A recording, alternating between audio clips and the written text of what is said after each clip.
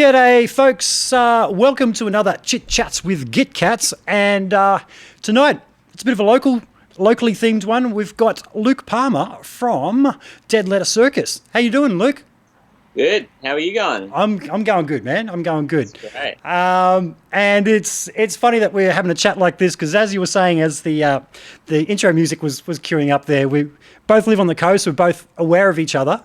Yeah. And it's funny that we actually haven't crossed paths to hang out or do any gigs or anything like that together. Yeah.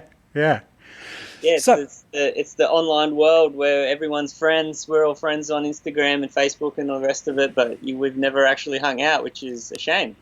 Yeah, that can be a strange thing. I've actually crossed paths with people before who I'm very friendly with on social media, and then you see them in person and they kind of freak out and walk away. But not you. We did meet at the music store when I was working at Billy Hyde's. You came in one time. That's right, yes. Yeah. So I can't help but notice your shirt there, mate. Loose Stone Studios. Yeah, that's right. It's a relic. Yeah, it is. It is now. So in case anybody out there doesn't know, Loose Stones, Luke used to do a lot of work out of there. Am I right in thinking Dead Letter Circus have recorded a lot of your stuff there? Yeah, that's where I met them, actually. I wasn't in the band. Okay, yep. So I was working there as an engineer and a session guitarist, and Yep. They came up from Melbourne and worked with Forrester on This Is the Warning. Cool. And I ended up making my way into the room and playing on one of the songs. Yep. Just a sneaky little cameo because we were all hanging out. Yep. And then I think the next, the Catalyst Fire and Aesthesis were also done at that studio.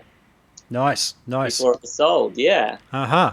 So I brought that up, folks, because in case you folks didn't know, I actually designed and built the place. And, so it was a nice little throwback to see the shirt there. Now, you're in Studio Circuit today. That's right. Which is just down the road in West Burleigh. Very nice studio, I hear. I've actually haven't been there yet, but everyone tells me it's great. I've recommended it to a couple of people. What are you working on? Lots of things. Today I was working with Jacob Lee, who I play with. He's a pop, indie sort of, I guess, genre. Okay. I play a lot of guitars with him. Nice. And then earlier in the week I was here with Luke Licker from Dead Letter Circus. He's playing drums, session drums, with the Maskai Raid. Yeah, right. Okay. So I'm doing their record as well. There's about maybe 5 or 6 albums or EPs on the go at the moment. Uh-huh. So is that how you like to work? Do you like to work in like little chunks rather than just, I'm just blocked out to this session for this amount of weeks, or do you do a little bit of this one, go on to another one? How do you like to work? Ideally it's nice to just do a big chunk, but, depending on the bands and their schedules and members that are available, sometimes you just find yourself in this scattered bookings. So yeah, it's lots and lots of little pieces at the moment with everything. It's just the way the cookie crumbled. Yeah. Plus the fact that musos are all broke, so no one's got money to finish. Yeah. I've got a few things that I started for people years ago, and they run out of money, and we have bills to pay. We can't do everything for free. Yeah. So you just said about actually joining Dead Letter Circus that you were working at Loose Stones at the time. Yes. And yeah. Yeah, just happened to be around at that time, and I was a fan of the band because they just dropped that the first EP, and I remember listening to it with Matt Bartlam, and we were just going, "Wow, this sounds really good." Cool. And it had a really kind of fresh sound, and we were both fans of the stuff. And then when they said they were coming to record there, we were just like, "Yes, awesome, great, awesome." So how has your take on gear changed since joining the band? Because I realise you guys run a silent stage. Am I right in thinking that? Yes, it's very silent. I was very, very, very against it. Oh, really? I did not want to play an Axe FX. Okay. Yes. What were you playing before? I had a bunch of different amps. I had just the old faithful JCM 900. I played a Paul Reed Smith and my Telly, which is in the background. And yeah, I always had pedals and whatnot. And then the guys were using Axe effects, and it had a bit of a signature sound with Rob, the way that he who's the original guitarist. And it sounded great, but I mean, it wasn't for me. Yeah, I didn't want to use it. Okay. So, how do you feel about Axe effects now that you've done it? Hit that wrong button again. Sometimes I do that. I just played the outro music. I need to get. I'm hitting keyboards on a computer. I need to get a dedicated thing so that doesn't happen. So, what were you using beforehand? And are you used to running Axe effects now, or is it still under protest?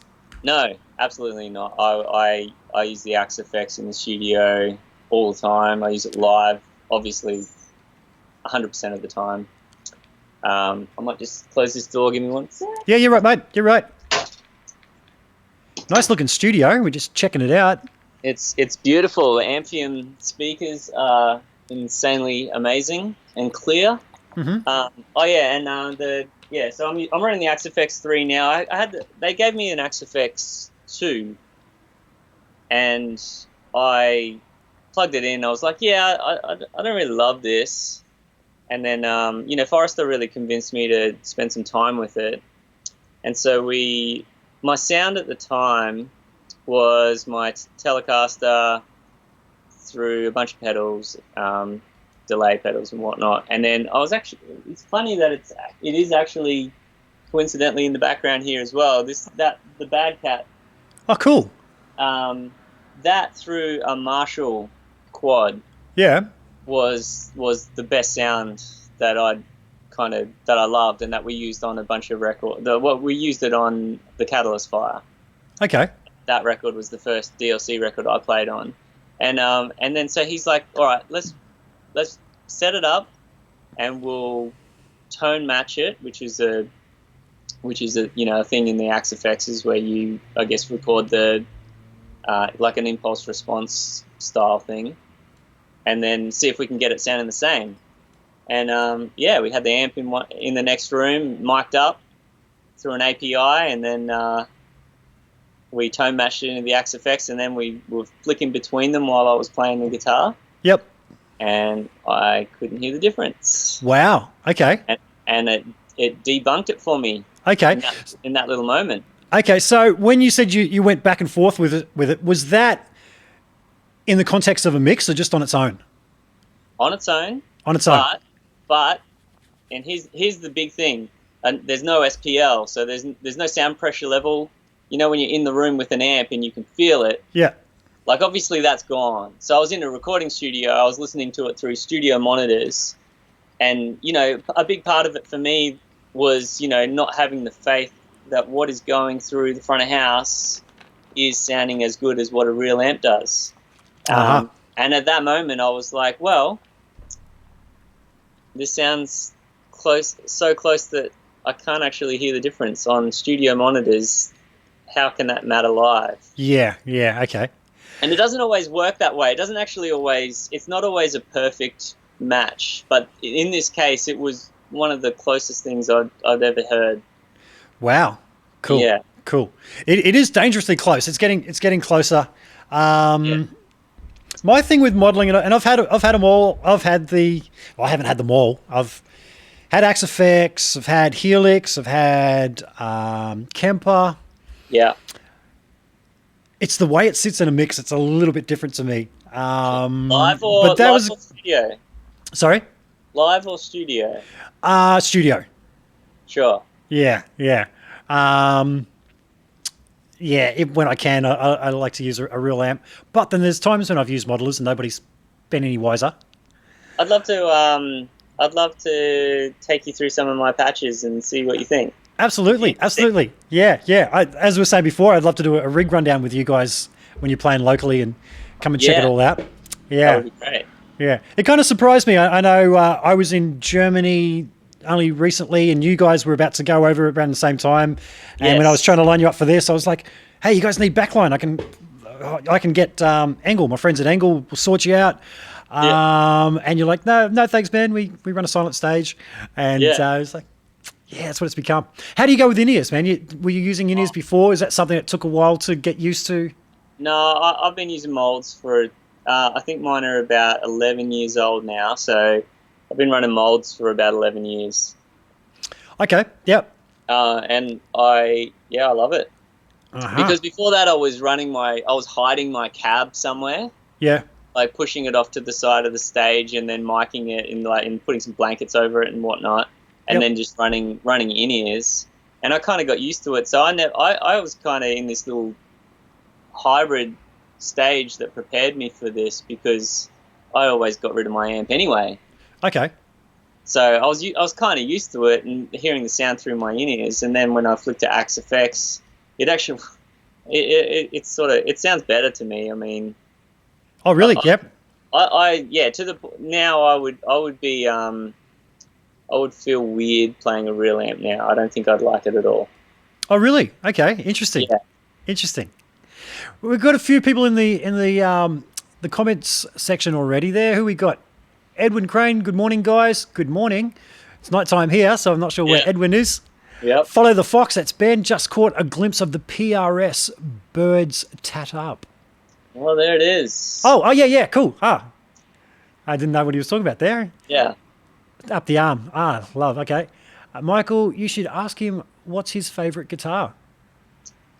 Whoa. Good question. And I think that might be my young friend Mickey, who's quite a little virtuoso guitar player. Nice. Yeah. Now, I think you let slide before that you're a bit of a telly guy, yeah? I am, but I mean, before that, I was I have a PRS McCarty that I love. Okay. That was I guess that's been a favourite of mine for a long time. Yeah. And I got that. I played about 10 at Guitar World in Nerang. It was. And I was cycling through them, and I was thinking, I'll either get a PRS or I'll get a Gibson Les Paul. But I really wanted a PRS because I was a huge Incubus fan. Okay. And I just started playing them, and I played, custom 22s, custom 24s, a whole bunch of, the cheaper models and the more expensive models. And I was about 9 in, and I was like, you know what? Maybe I don't like these guitars. Which is a funny thing to say because I was so obsessed with them just because I love the way they look. Is that right? It's got to be 10 years ago now, maybe longer, maybe 13 years ago, 14 years ago. Wow, classic. And then I played the McCarty, and I was like, there it is. That's the sound. Oh, really? There's so much more bottom end, like it's just beefy. It sounded like a Les Paul more so than any of the other ones. Okay. Which you'd expect because it's Ted McCarty, right? He's the guy. He was the guy that worked with Les Paul on the Les Pauls, I guess. Yeah. Okay. So your tellies, you a 2 humbucker kind of guy, or are you using singles in them? What do you got in them? Well, you'd think in a band like DLC I'd be running humbuckers, but it's singles. Okay. Cool. That's it. Okay, so does your other guitar player run humbuckers? No. No, you're both on singles. Yes. And I get a lot of the beef with my fats. I fatten it up a lot with either a whammy on the back, or I have a Hog 2 by Electro Harmonics, which is a very insane beast of a pedal. Which one's that?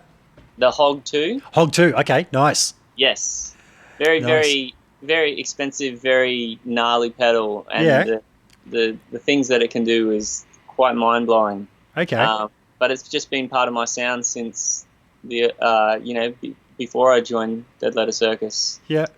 Well, I'll go through all your rig stuff soon. Yeah. Yeah. But so you said before you joined Dead Letter Circus, did you have to change your style much when you joined the band, or was it kind of your style of playing anyway before you joined? Was it just like one of those guys, here I am, I'm the perfect fit for this band, or? Well, I mean, they tried quite a few guitarists out, and it was definitely up my alley, that genre of music. Yeah. And I already was playing a telly, so I had this before I joined, and then I think it was more the musical chemistry that I had with Kim when we started writing that sort of got me in the band. And then when I joined, I actually tried not to sound like them. Okay. I tried to bring my own thing to it rather than just trying to, like writing new music. You don't want to write the same album twice. You want to write something that has its own little identity and personality. Absolutely. Yeah. Absolutely. Yeah. Very cool. Very cool. So you were a bit of a, you said they came into the studio and you guys were pretty wrapped. And I know I've played some cover gigs a couple of times with Liquor, and man, what a great drummer to play with, huh? He is a beast. An absolute beast. Yeah. Yeah. Every chance I get, I'm just like, hey, can you play on this record? Everything that I produce that as a rock band and they don't have a drummer, I'm like, that is good news. Yeah. Because I've got the guy. Well, you mentioned doing a record for Mass Sky Raid, and I play with King Mungie, and when we did a bit of an album launch, maybe about a year ago or something, Mass Sky Raid were one of the bands on with us, and they had a really shit hot drummer playing with them. I don't know his name. Was it Reese Baines? Does he do a bit of teaching with Troy Wright? Oh, that would have been Morgan. I'm not sure his name. Flaky. Don't know, but he was really good. Yeah, he's great. I have a really weird connection with him. He used to play in a rock band, and I used to do some tours with them before. They were called Nine Sons of Dan. Oh, really? Yeah. Yeah. Well, I've got Dan as a guest next week. Get out. Yeah, he's playing for Guitar for the Poor now. Yeah, right. Yeah. Awesome. Yeah. Yeah, he's a great guitar player. He is a nice guy too. Yeah, I like hanging out with Dan. Yeah. Yeah. Well, I have a connection because they did a lot of their records with Matt Bartlett at Loose Stones. Yep. And I did a few tours with them and helped write a lot of their stuff in the studio. Yep. And so I knew Flaky from there. But yeah, he ended up playing with Mass Sky Raid. It's a small world. Absolutely. Yeah. Absolutely.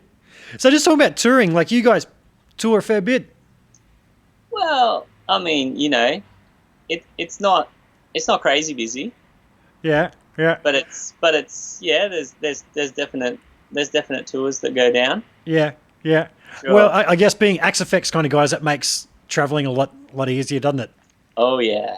Yeah. Absolutely. Yeah, I know when I was a Kemper guy that I'd just take it as carry on. Yeah. Rock up to a big gig somewhere and just plug in 2 cables, away I go. Yeah. It was very convenient. If you can make it, if you can get it to sound exactly the way you like it, it's even better. It's convenient. It's all of those things.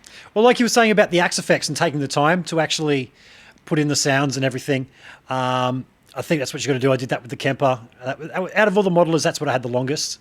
You know what? It took me 6 months. I kind of brushed over the fact that it took me 6 months, but I spent 6 months refining that thing and just those pages. The thing that I don't like about the Kempers and the Helixes and every other modeler is the lack of detail to which you can tweak. Yeah. Right. Yep. Yeah. You can just tweak and tweak and tweak, like to the nth degree with an Axe Effects, and I guess that's why I love it. Yeah. Okay, yeah. That kind of worked against it for me, and that was too much to play with. And I've seen that with guys. There's certain guys out there with amps who don't have an ear for tone, and if they have too many options, they don't know what a good sound is to go chasing it, and they end up really messing it up. It's like, man, you just need an amp with just gain, volume, away you go. And then that's where the Kempers shine for that kind of a person. I think I'm more of I love to get into the nitty gritty. I love to get a sound, and if I've got a sound like 85% there or 90% there, I go, oh, I like that, but how much further can I go to make this just a little bit better? And then, I'll try and better it. Like I'm constantly trying to better my tone or tones and see if I can beat them, and then I upgrade, and I slowly upgrade my tones as I go. Cool. So are you happier now using Axe effects than real amps, or you still go back to real amps? I haven't, even in the studio, I can't stand real amps and the pain of miking it up and Really? baselining it, and and then I sit there and I just go, I'm pulling the same tones with my Axe effects. Yeah, right. Cool. Cool. But yeah, I've spent a lot of time. I have a lot of presets. Yeah, I bet. So Yeah. with Dead Letter Circus, all the studio stuff, like on the latest albums, that's all Axe effects, or you guys use amps in there as well? It's mostly Axe effects. We do use a hybrid, so we still mic up a real amp these days, and hybrid it with a with the Axe effects, just because we can. We always record in the studio, and we always block out about 7 weeks or so, and it's just like, hey, we're here, we've got 5150s, Sherlock, Bad Cat, Marshalls, Fenders. Let's just plug them in and have fun. Okay. So in the actual Axe effects, is there a particular amp model that you tend to gravitate towards in there and then start tweaking, or yes. How do you approach that? I'm looking at the divided by 13. Actually, that's probably not relevant. That's more of a Jacob Lee tone than divided by 13. Okay. But typically I will use, let me just check that I'm giving you correct information here, but the Brit JCM 800 modded, so it's called Brit 800 mod. Okay. I use that quite a bit, and with dual cabs.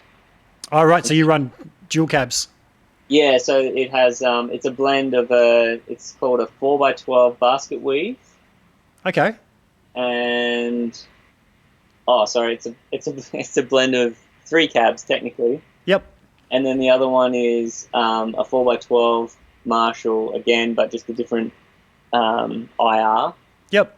And then a Brit oversize, whatever that is, 4x12. Okay, and when it comes to IRs, are you using the ones built in, or do you have a preference for a particular brand of impulse responses? Well, with the 3, because I've got the Axe FX 3 here now, so I went from 2 to 3 about maybe 6 to 12 months ago. I can't remember. Was there a difference? Absolutely. Yeah. Processing power, heaps of different little perks, lots of different things. I think it's in the Axe FX 2 now anyway, but I spend a lot of time now with making sure I'm picking microphones and preamps because they model preamps and microphones, and then they have a thing called an air, which is the distance between the microphone to the speaker cone. Oh, yeah. And then there's floor reflections and room, the sound of the room around. Yeah, yeah. So adding those things in, you start to go from this kind of, the typical thing when you first plug into any modeler, it just feels a bit two-dimensional. Yep. And then, you start to play with all of these other little elements, like that tweakability thing that I was talking about, and you start to go, oh, I'm getting that third dimension, the fizz around the things that you almost can't quantify what you're hearing. It's hard to describe it, but there's like the third dimension with a real amp. Yeah. But yeah, getting those elements is kind of cool. So yeah, there's so many IRs. Getting back to that, in the Axe FX 3, there's pages. There's like you said, too many options. Yeah. But I go through them all. I spend a lot of time. It does take a lot of time. It does, and sometimes it feels like you're just wasting time, but I still do it. I like it. Yeah. I see they got a new one coming out, a smaller floor unit. I think that's just a condensed version of it, so that so it has less features, obviously, but it's very tourable. Absolutely. Yeah. Might try one of those. So just back to your telly, is there a particular model telly that you gravitate to? Do you have plenty of them, or is there one main one that you use all the time? Well, yeah, this is Youngblood. Youngblood. This is my main one. Yeah. I think it got named that because the other telly that I had on tour was an old 52 reissue, which was called Old Fart.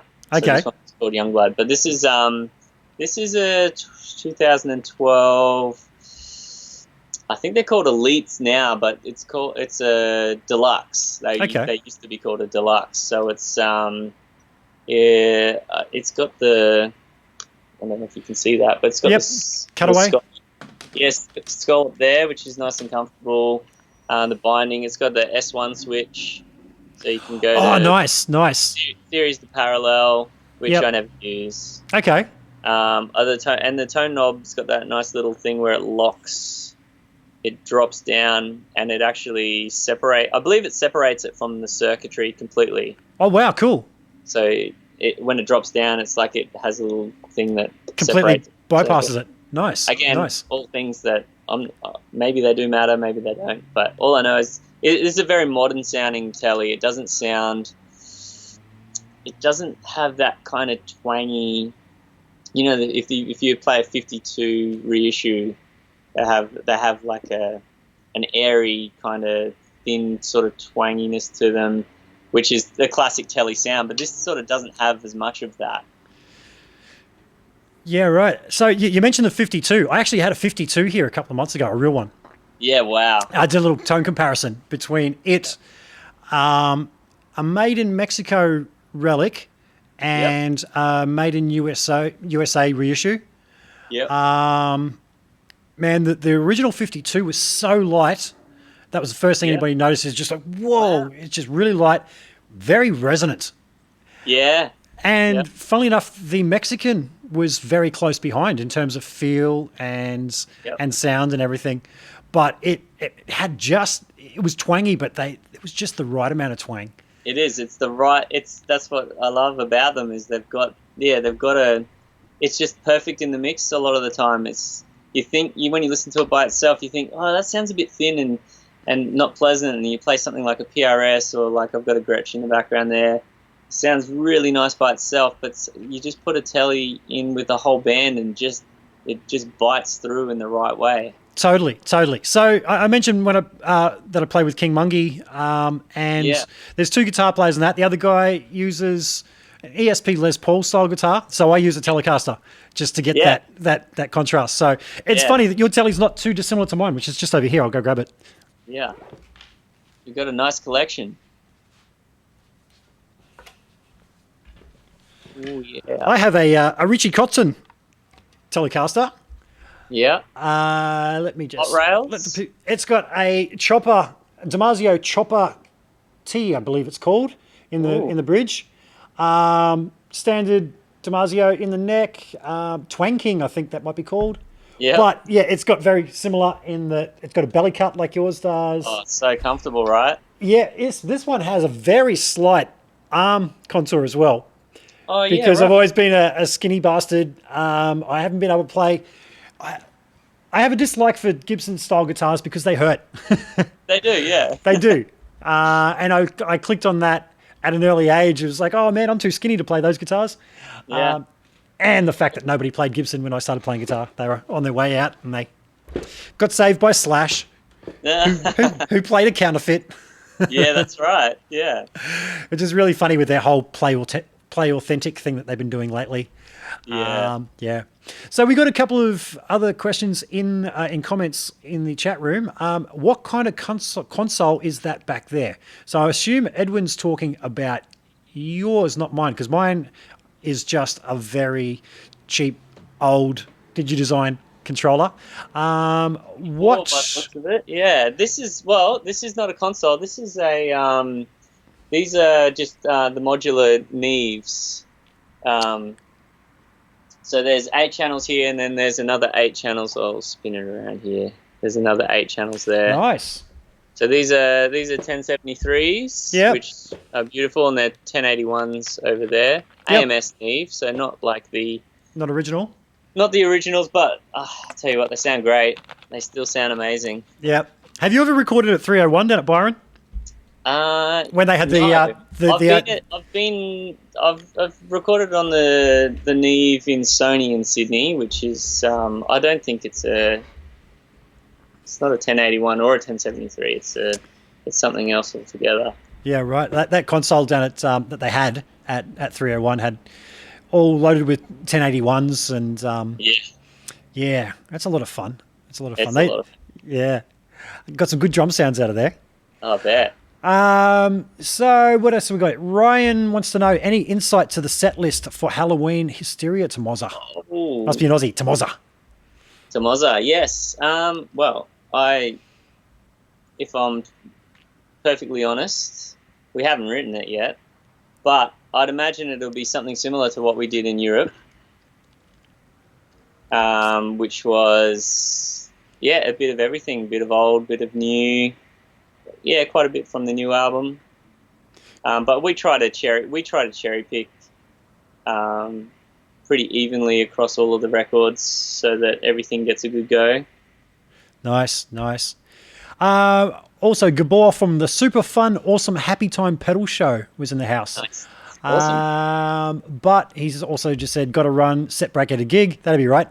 Typical musos. Isn't cover bands a classic? You know, there's that classic thing. People are, you're in a band, you must be in between sets, drinking, smoking, women. It's like, no, you'll find us in this little tiny room with a bunch of dudes just looking at our phones. Yeah. Cover band, DLC, like every band that you're in, that's it.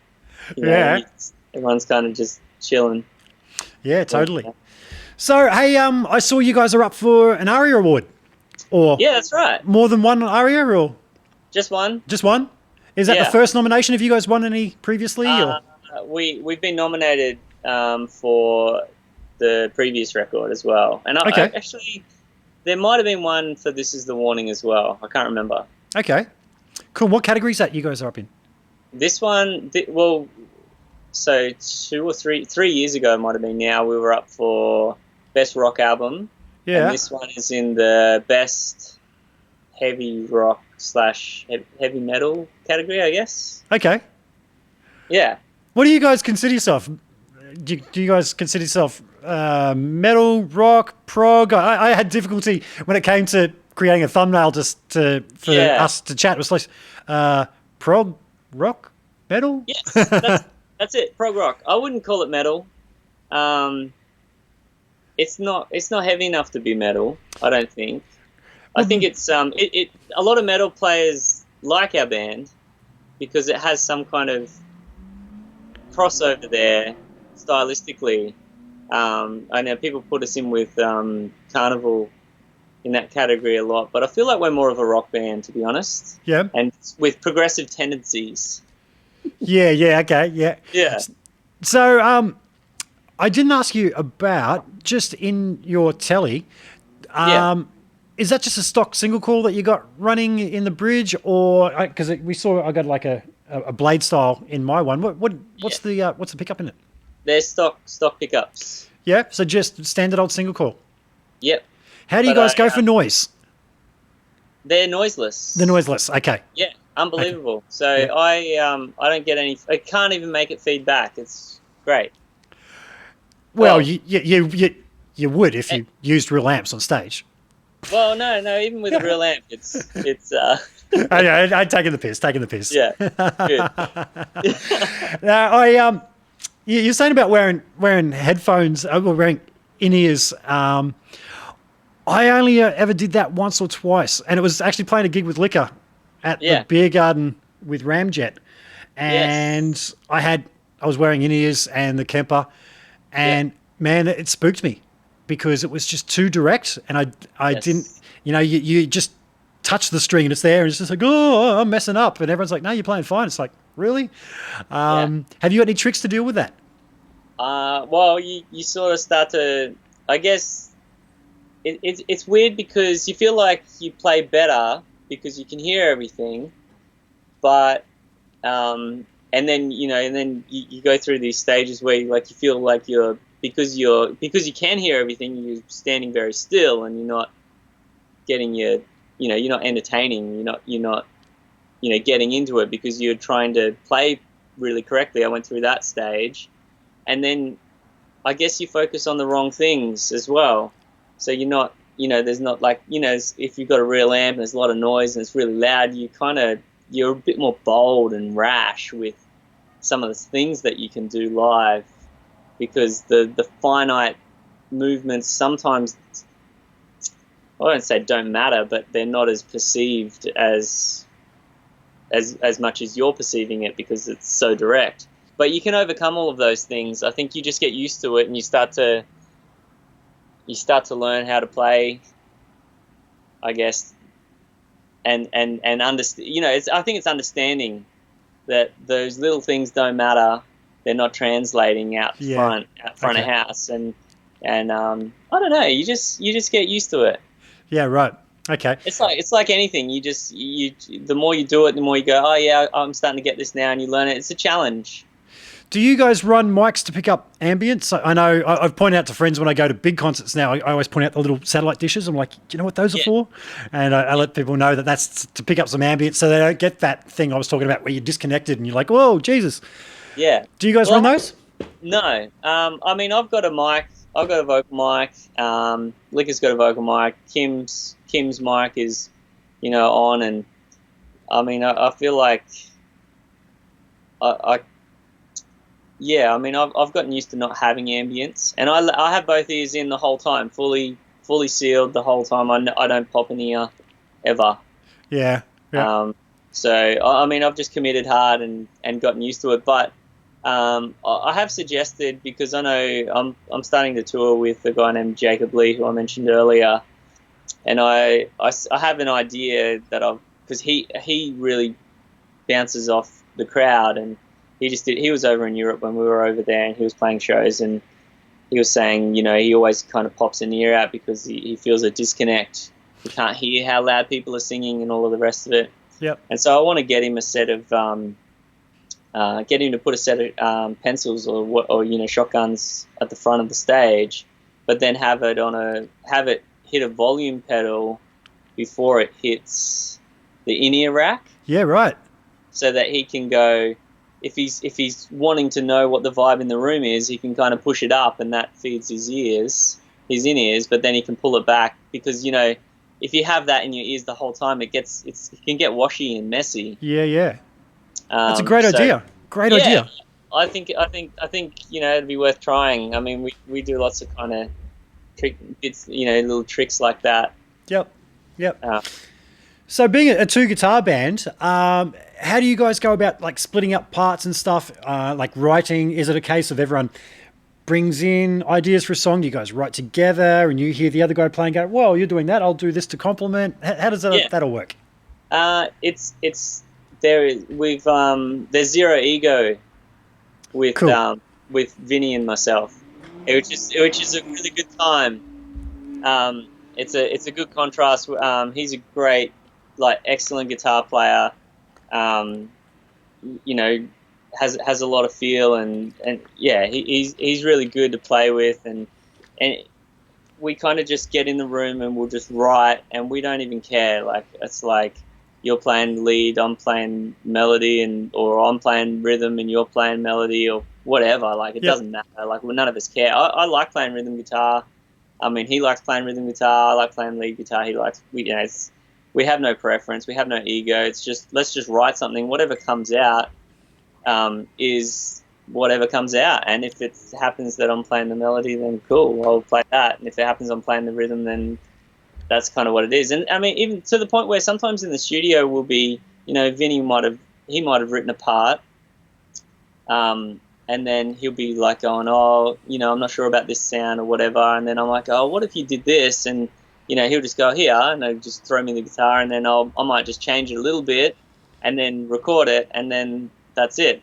Cool. It's his guitar part, but I recorded it. Or completely vice versa. Something I've written, I'm like, I'm butting my head up against the wall here. And it's like, and he might go, I've got an idea, and I go, here, grab the guitar, and he'll lay it down, and we don't care. Like, at the end of the day, both of us are producers, and we're all about collaborating and getting the best result. And as soon as you start to go, oh, wait, that's my guitar part, it's like, you just killed the vibe. Sure, absolutely. Yeah. So if you were to describe you two guys, like, I'm just thinking of an interview I read many years ago with Foo Fighters, and they wouldn't say who played drums on what track. Oh, but, right. But Dave said something along the lines of, well, I'm the guy that sounds like John Bonham playing, and then there's definitely another style of drums that sounds like mental blank bloody Police, Stuart Copeland, and he said that's Taylor, and if you know that, it's very obvious. How would you describe you two guys? Like, would you say, hey, I'm the guy that sounds like blah blah blah, and Vinny's the guy that sounds like? That's a tough question, isn't it? It's funny because with the previous albums, like especially Aesthesis, which is the album before our latest, that was the first time we really wrote well together, like, and we kind of discovered the dynamic.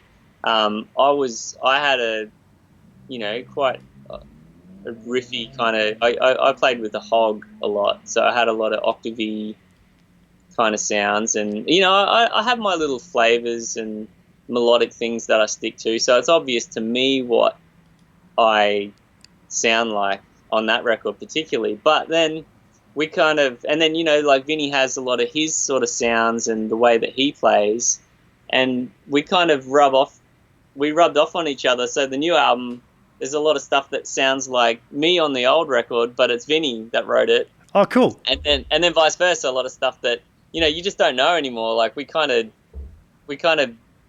learned from each other enough that we kind of, it's just all mashed together now. Yeah, right. It sounds like you guys got a great working relationship.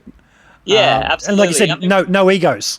Well, we produce together as well. So there's a band called Rival Fire in Melbourne that we produce together. Cool. And we've done a few other ones, Baltimore Poet and Adelaide Band as well. But yeah, like it's sort of been a thing that just sort of popped up. Okay. Yeah. So, what got you into playing guitar in the first place, and who were some of your big influences from the early days right up till now? Well, my dad got me into it. My dad's a cabinet maker, but he played a lot of guitar growing up, and he played in like kind of local bands and whatnot, and he definitely got me into it, and he would play a lot. And then an older friend of my dad's, Ted, who was a family friend of my dad's, they would all come around and they would jam and play acoustic guitars. And so I picked it up. I think I've got photos of me at 2 playing a ukulele, and then I think I got my first guitar. Dad bought me a guitar when I was 5. Cool. So I think from when I was 5, I was practicing properly when I was 5. Wow. Yeah. Wow. So are you very schooled in like music theory and stuff like that? If you started that young, or just picked it up by ear? It was all ear. So Yeah. everything was ear, and like I loved the Beatles and Jimi Hendrix, and I mean I got into stuff like Tommy Emmanuel. My dad was kind of getting me into guitar playery sort of stuff like that. But I mean, I think when I discovered music for myself, it was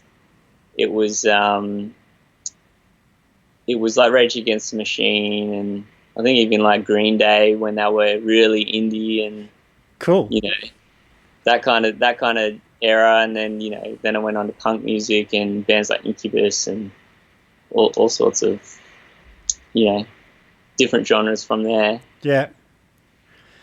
But yeah, I think it was definitely my dad. I had a few guitar teachers and whatnot, and I learned theory to an extent, and then I got obsessed with theory and just understanding all of that stuff. But I noticed when I really delved into theory, I understand a lot of theory, but I pulled away from it the more I wrote, because I found the way that I wrote when I was thinking about theory was a lot worse. I didn't like what I wrote, the way I was writing. Ah, okay.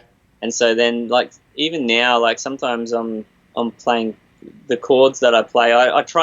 When I'm writing a song, I try to intentionally not know what key I'm in. Oh, yeah.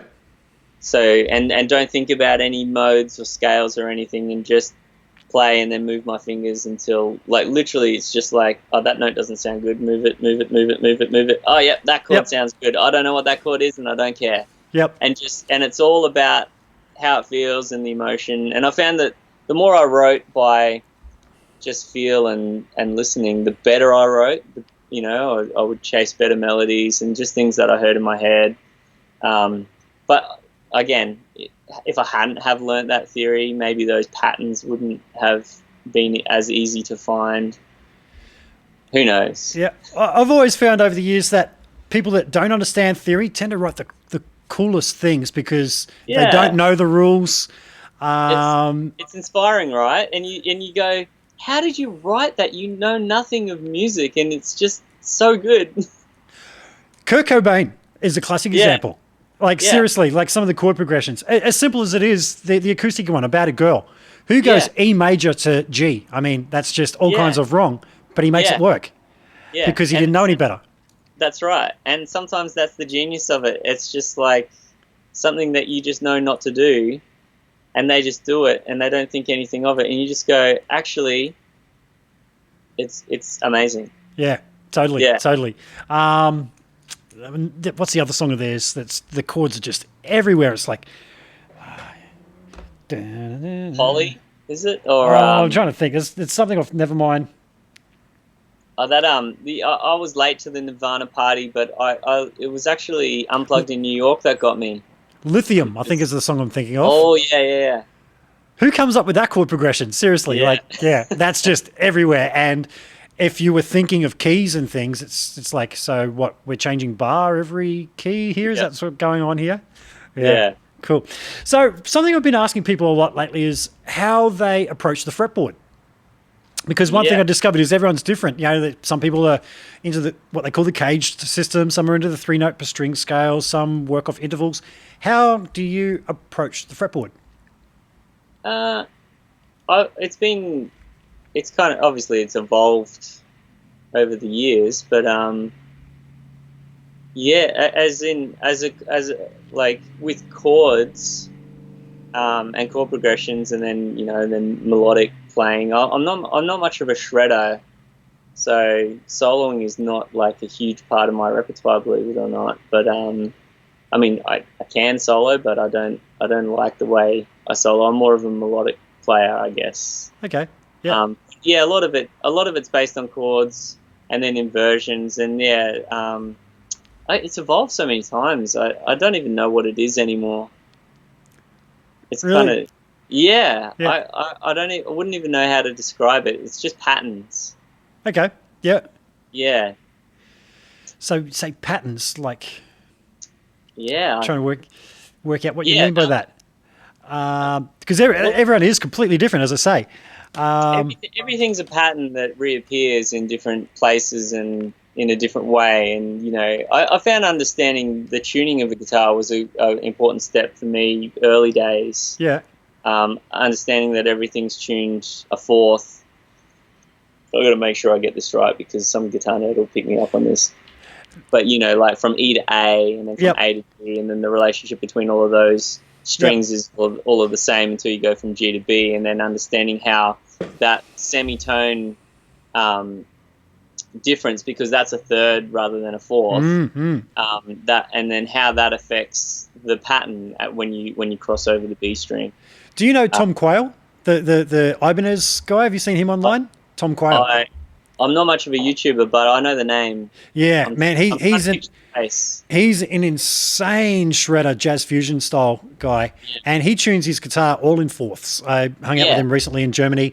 I posted a thing I filmed in Germany of him and Tommy Bowler having a guitar battle. Not sure if you've seen that, but just before I filmed that, I was there with Tom Quayle, and I'm like, man, can I have a go of your guitar all tuned in fourths? Yeah. And just the different approaches to the fretboard.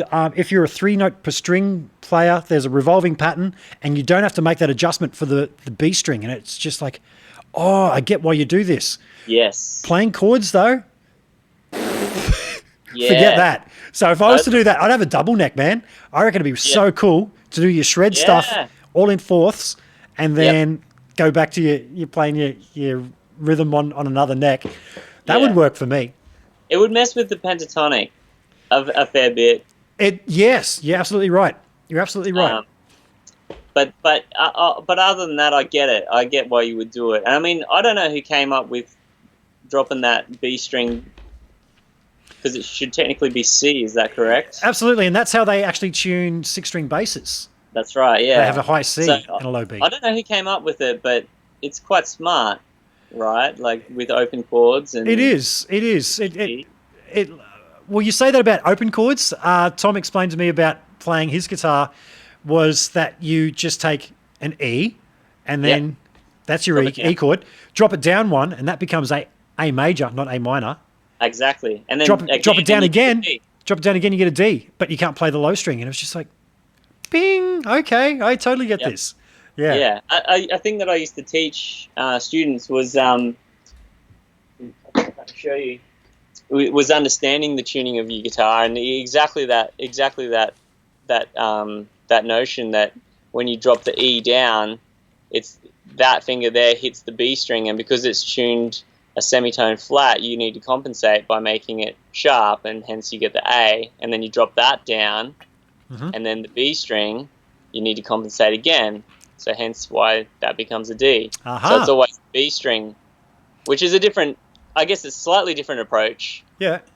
But that, every time you hit the B string, you need to compensate by pushing it forward. So E becomes A, becomes D, and it's always the B string that's getting augmented every time. Yep.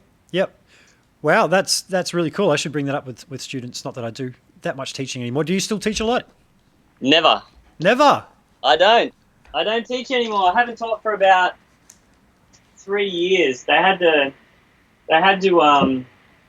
I was working at Emmanuel College. Okay. Yep. On the coast, and they had to let me go, and it was on good terms. Yeah. But I took a tour at the beginning of term 1. It was right on the first day of school. I went on tour. I think it was an American one, and it was about 5 weeks. And they're just like, well, can't just start the year by being away for 5 weeks. Yeah. Anyway, I totally get it. I think you should get someone else. And, and that was kind of when Dead Letter was ramping up. And I mean, I love teaching, and I loved it for a long time. But it's kind of like covers for me. If I do it too much, I start to, because you can, with the teaching thing, you can just be at 60 students like that. And that's a bit too much for me. Like, I start to get to the end of it and I go, it gets a bit hectic. Yeah, absolutely. I just find teaching a little inconsistent as well. I'm not really good at being the hard ass to make people pay up front and everything. Yeah. And then, school and holidays comes along, and then all of a sudden your 8 students for the day turned into 1, and you still have to pay the rent. Yeah. Yeah. Which is why I'm starting a new job on Monday. Woohoo! Right. What are you doing? I'm working for a place called Bay Audio, which is where I get my earplugs from. Yeah. Yeah, nice. Yeah, so they're hearing specialists, and they do hearing aids, but that's where I've been getting my hearing. I wear molded plugs, have done since a teenager. And that's where I've been getting them for maybe the last few years, because they were half the price of my previous plugs I was using. And I liked them much better. Hold on a sec. Is that in Southport? They've got one in Southport. I'm going to be at Robina, floating between there, Burleigh and Southport. So if anybody out there is on the Gold Coast, they need a free hearing check, hit me up. There you go. Hit me up. I got a feeling that might be where Simon Budge Bicknell works. He's an audiologist. Okay. I believe that might be where he works. But he was the guitarist in my old band. Oh, nice. Okay. Great guitar player. Ah, cool. Yeah. Cool. Who are some of your favourite guitar players that are around now? Local or international? Well, international. Wow, that's an interesting question, isn't it? It is. Like people. There's a whole lot of that. The guitar's dead. There's no guitar on the music that's on the radio. But having said that, I'm discovering. I stay off Instagram. I post on Instagram. I don't check out anything on there because man, I just want to give up. There's some of the people I've seen playing on there. I just Absolutely. go, I am crap. And I think, here's the thing. Like when I was younger, especially teenage years, I would have been like, I couldn't have named. It would be like 20 people, like 20 guitarists. I was into guitar as far as I was just all about guitar. And when I listened to music, I would be, I'd have my headphones on and I would just be listening to the guitar if I was really honest. Yep. And, like every now and then, like something would grab me melodically, vocally, or the drumming would catch my ear. But also like, I had this real tunnel vision for guitar. I think I was the same. And then when I started producing, I started going, well, you know what? I've never paid attention to those other elements as much as I should have. And now I need to do that.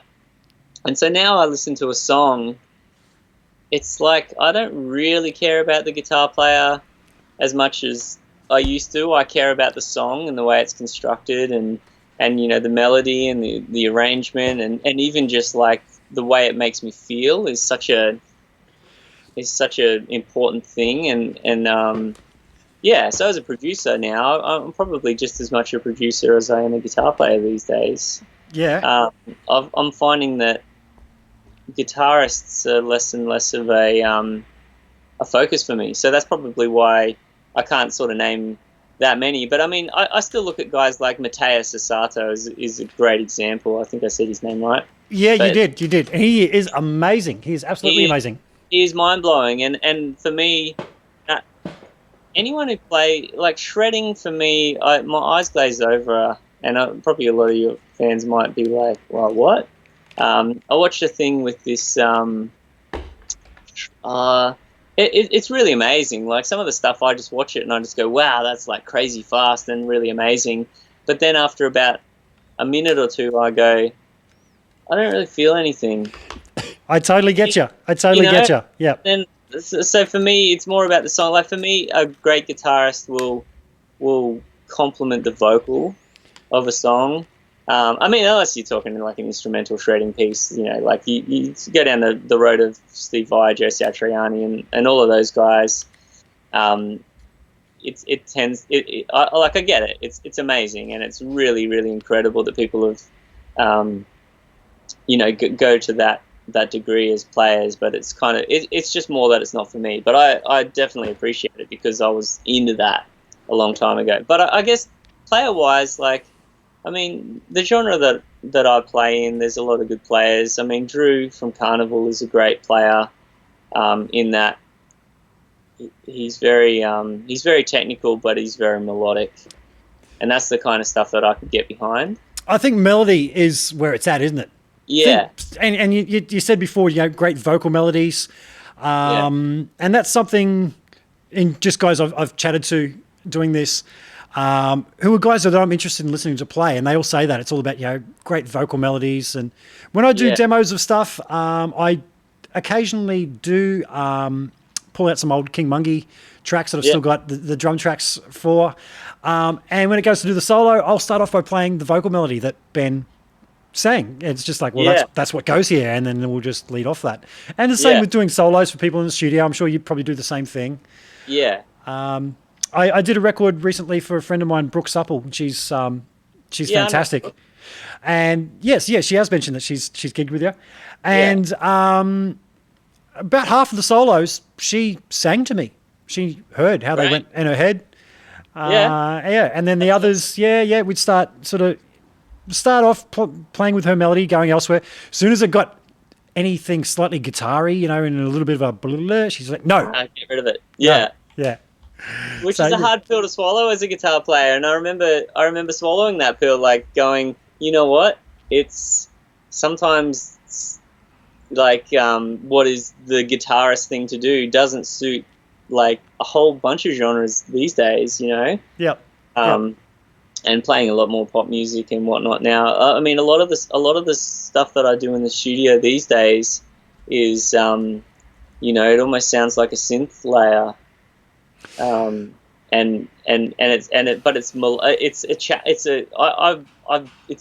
come around to it. I love it. I really love coming up with layers and sounds and textures that are not typically guitar-y, but they really enhance the song. And there's so much you can do with a guitar in pop and alternate music that is current that is awesome, and it really makes a song sound three-dimensional against programming and synths and that kind of electronic music. You can really make it sound great.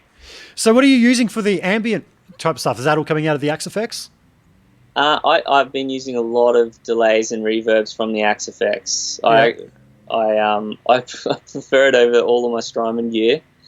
That again, you're talking about Axe effects versus like Kemper or Helix or any of those other brands, which definitely do a good job. But the reason I lean into the Axe effects is the quality of their effects are beating all my pedals. Is that right? It's amazing. Even up against the Strymons and stuff, huh? Oh, a delay, I will take Axe effects over the Strymon, and reverb these days, especially, is some of the reverbs I've been tweaking and playing around with. I've just been like, wow. Wow, okay. Great. Yeah. Might be time for me to check it out again. Oh, maybe we should have a sit down and do a live podcast. Let's do that. Well, you said you've been wanting to do something like that. I'm set up pretty well for doing that kind of thing here. If ever you want to do that, yeah, that sounds good. Yeah. So, what guitar tones inspire you, man? Who's out there that you hear good guitar sounds and you go, "That's a good guitar sound"? I guess, yeah. While you think of that, I'm just going to say, you said before about being sort of focused on guitar and stuff like that. Before I ever played music, I might have played the organ or something. I played. That's what I started out with in primary school. I was actually obsessed with synthesizers before guitars. Wow. But on the radio at the time in the 80s, I knew before I played guitar that Billy Idol songs had cool guitar in it. I knew that was a good guitar sound. Yeah, so, exactly. And then later on, when I sort of learned about, that's Steve Stevens, and he's the man. So even before I played, I recognized as a kid that Billy Idol had good guitar sounds. Who sets the benchmark for you? Give us a few. Well, yeah, like I guess if you kind of tap into my early influences, like Rage Against the Machine was a huge one for me. Yep. I guess the single coil thing. He was a single coil guy, right? Well, I don't even know. I just knew that I was just hearing stuff, and I just remember reading the credits of one of their albums, and it was all sounds. It's a little thing in the credits of all little of their disclaimer. I remember seeing that. Yeah. Yeah, it's like all sounds made by guitar, bass, and drums and vocals. Yeah. And I just was like, wait, hold on a sec. And then I flipped back through the songs. I'm like, how did he do that? And like People of the Sun, I'm like, how is he making that sound? And then I found out he had an Allen key and he was smashing it against the string and then pushing it forward, and the pitch would go up and down. Yeah. And then he'd do a pull off with the Allen key. And, yeah, right. And then I remember going, surely not. Like, surely that can't be. And I dialed up this, heavy tone, and I grabbed an Allen key because my dad had all the tools and stuff, and I started doing it, and then the sound came out of my guitar, and I went, it is an Allen key. Cool.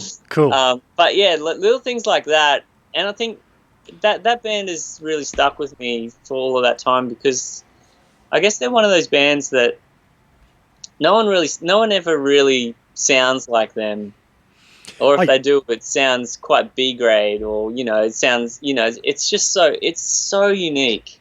And I don't think it's just the guitars, though, is it? The drums and bass play a big part of that. I can hear that drummer and just go, that's the dude from Rage. That's it. Yeah, and same as the bass. Yeah, everything. It's all of the pieces. Yeah, and it's the fact that they're a band that's kind of trying to be a DJ for Zach De La Rocca to rap over the top of. Yeah. Essentially, there was just an interesting concept for back in the day, but it was so heavy, but it wasn't. And that's the other thing. It's such a heavy sound, but the guitar sound by itself is not actually that heavy. As we said, he's playing single coils a lot of the time on the neck as well, and I guess I love a single coil in the neck, just for soloing and just get that. Even though I might whittly diddly a little, still get that Stevie Ray kind of blues sound when you want it, Yeah, absolutely. Yeah.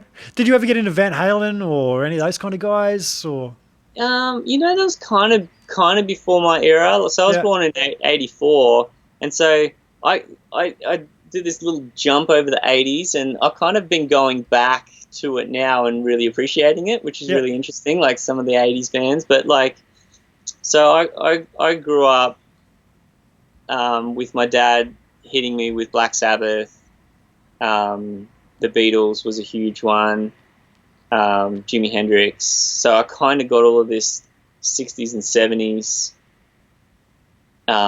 music, and then it kind of jumped to the 90s. Oh, really? That was, well, the music that I discovered was the 90s. So like, I mean, I guess my first bands were, like I said, like Green Day, Rage Against the Machine, and then that just launched me into like punk music. And I was going to a surfing school. I went to PBC. So everyone was surfing. So everyone was into punk music back then. That was the surfer thing. So I was listening to a lot of that style. And then I got into some real heavy stuff. Actually, funny, the Hanlon Brothers, I don't know if you know those boys. I produced their record. Oh, there you go. Yeah, yeah. So that was my high school band, was Omar and Sire. Is that right? There you go. That's right. Yeah. And I knew their dad. Yeah. Yeah. Oh, weapon of a drummer. Oh, yeah. Yeah. He's yeah. so great. So, I mean, those boys were just destined to become great players. They were. And you know what? It was funny because we got Omar into playing bass because of that band. Oh, really? And we needed a bass player, and we're just like, hey, Omar, just go and get a bass and you can be the bass player. And I swear it was within the month he was playing Chili Peppers like slap bits. And I was just like, how? Wow. How did you do that? Yeah. He just was instantly musical. So did he play anything before that? No, he was 3 years younger than me. So Sire and I were grade 9. Sorry. Yeah. So he was in primary school, but he was huge. He was really. I tall. remember. Yeah. Okay. So here's the funny part. They got me into Korn and Sepultura and all this real heavy music. They did. And they're just like the jazz funk maestros now. Yeah, that's it. And I'm just like, and they got me. They were like, "Oh, you got to listen to this heavy music." And I was like, "Oh, wow!" And it kind of, because I wasn't that heavy. Yeah. But they're like, "Oh, you got to check out Korn. You got to check out like Limp Oh, Bizkit." wow. I know it's really funny now in hindsight because they've flipped straight back to like playing all this like really kind of funky, like awesome music. Their style. Yep. And I kind of, I'm still kind of playing heavy music. Yeah, classic. When I did their album, and that was going back, maybe 3 or 4 years ago now, I'd say. Yeah. I went to Rewind Studio, Lunar Audio. Yep. Set up a bunch of mics.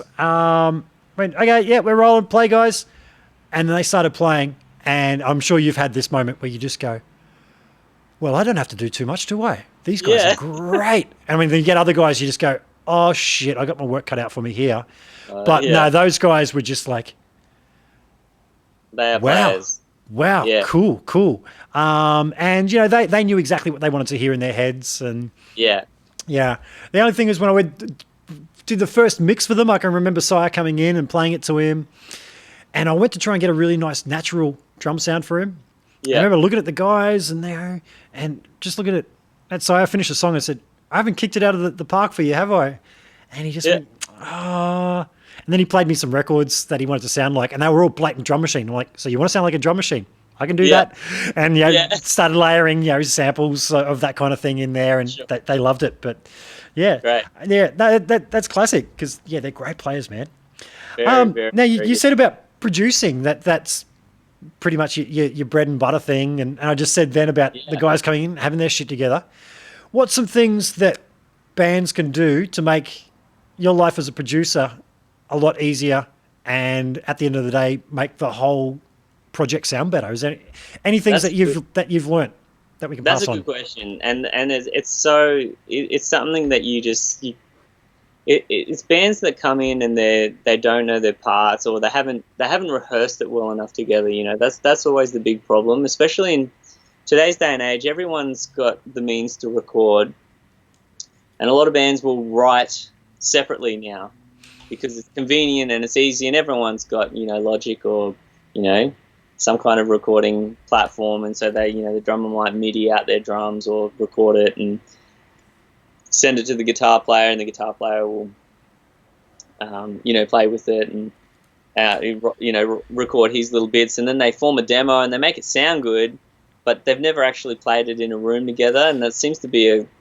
a really constant thing. And it's either that or the opposite. They've only played jammed in a room together, Sure. and they've not listened back to it and got any kind of perspective on it. So you kind of got these two really contrasting things, but it needs to be a bit of both. It needs to be, you know, jam it out, record it, have a listen back, go, no, we need to change this. I guess it's just eliminating the need for as much pre-production, because I always allocate pre-production days for albums where we get it, we get their demos, we get in a room, and I, you know, I kind of get on a microphone and go, all right, everyone stop, this section here needs work, let's jam it out, and I'll have a Pro Tools rig running, and then we'll jam it out, tweak it, make it better, and, you know, so that by the end of pre-production we go, that's the album, it's all recorded, it's all rough, but that's the arrangements that we need to hit record on properly. Cool. And how long do you typically spend on a record with somebody? Do you try and bash it out in a certain time, or just as long as it takes? No, I don't. I don't compromise on time anymore. Okay. If a band want to do it too fast, I just go, I'm not your guy. Like, I want to spend the right amount of time on every element, and I want to make it right. And I think everyone I work with who comes out the other side appreciates it in the end. So, you know, like, yeah, I will scour over every kick drum, every snare drum, every vocal line, every harmony, every bass note, every guitar part and every guitar sound, and make sure everything's exactly where it should be. I kind of, yeah, I just, it bugs me too much if I do something that doesn't, you know, isn't absolutely correct. Sure. And the way, you know, the best it can be, you know. Do you have an assistant that you use to do like the fiddly things, like tuning or correcting time or anything like that, or do you prefer just do everything yourself? Well, I'm just faster than you get really fast because I have been that guy. Yeah. And so you just, I actually have a process now where I kind of edit as I go.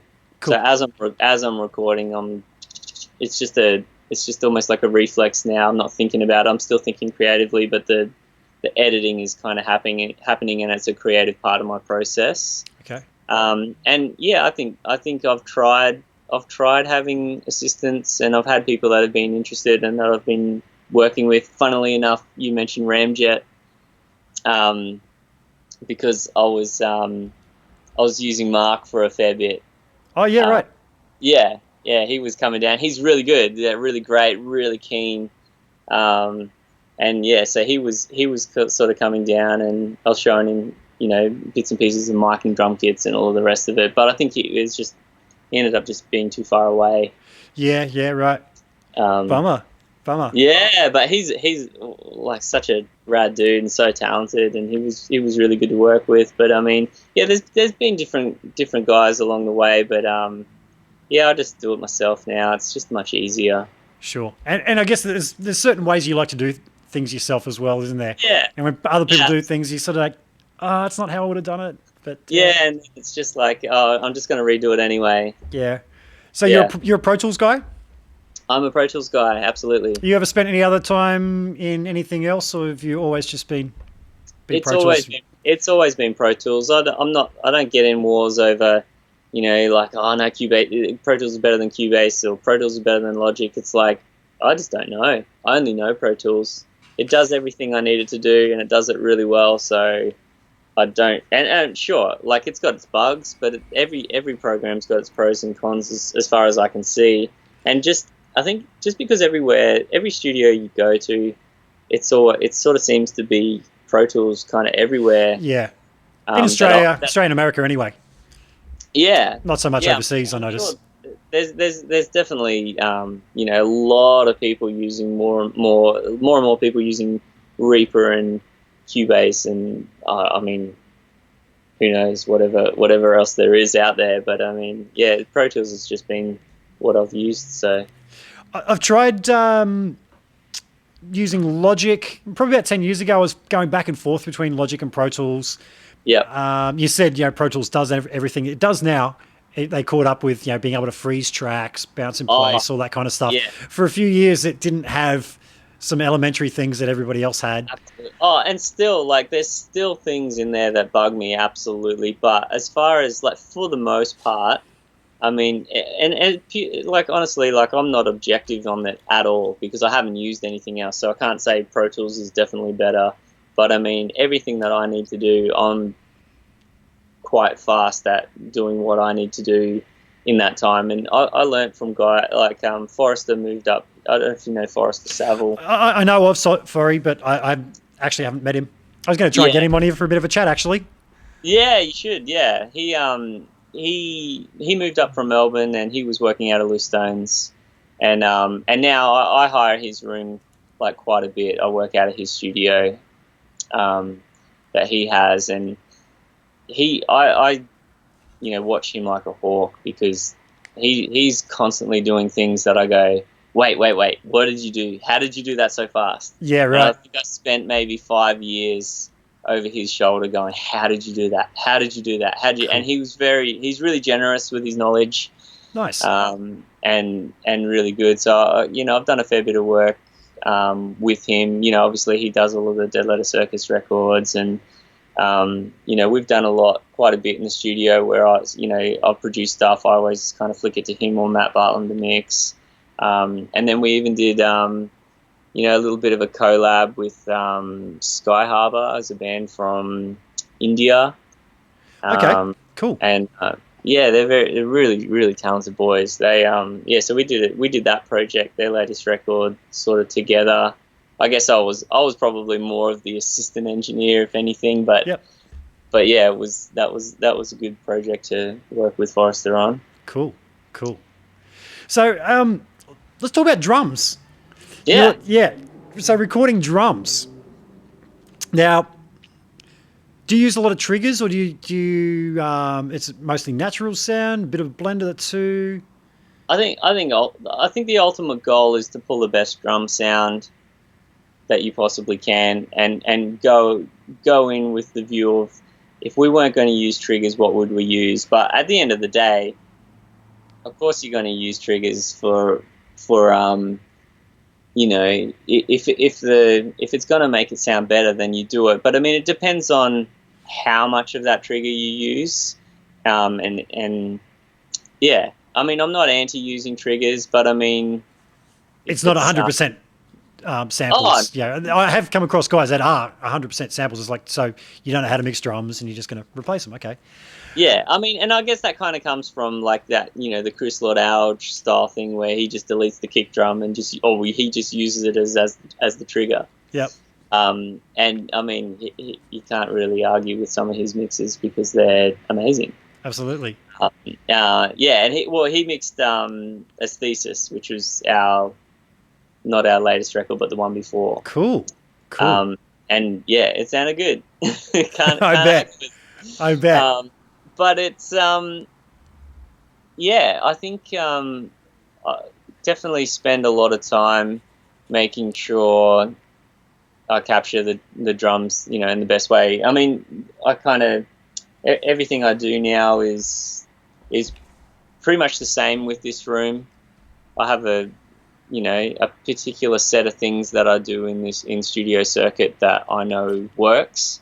But yeah, I like recording in other, you know, foreign studios and just going, all right, what have we got to work with? And then kind of starting from scratch. It's just it's a good challenge. Yeah. So I know for me, a good drum sound starts with a well-tuned kit. And absolutely. Yeah, I know this because I did a session once. I used to be the in-house guy at Modern Music in Brisbane. was a band that came down from Townsville. They hired a kit through Greg at Drum Cartel. Yep. And Greg came in and tuned the kit first thing in the morning. I put some mics up, and then he's like, "Oh, do you mind if I stick around and have a listen?" And I'm getting some levels, and he turned to me and he's like, "Man, how'd you do that? How'd you get that drum kit sounding like that?" And I looked at him and said, "You did."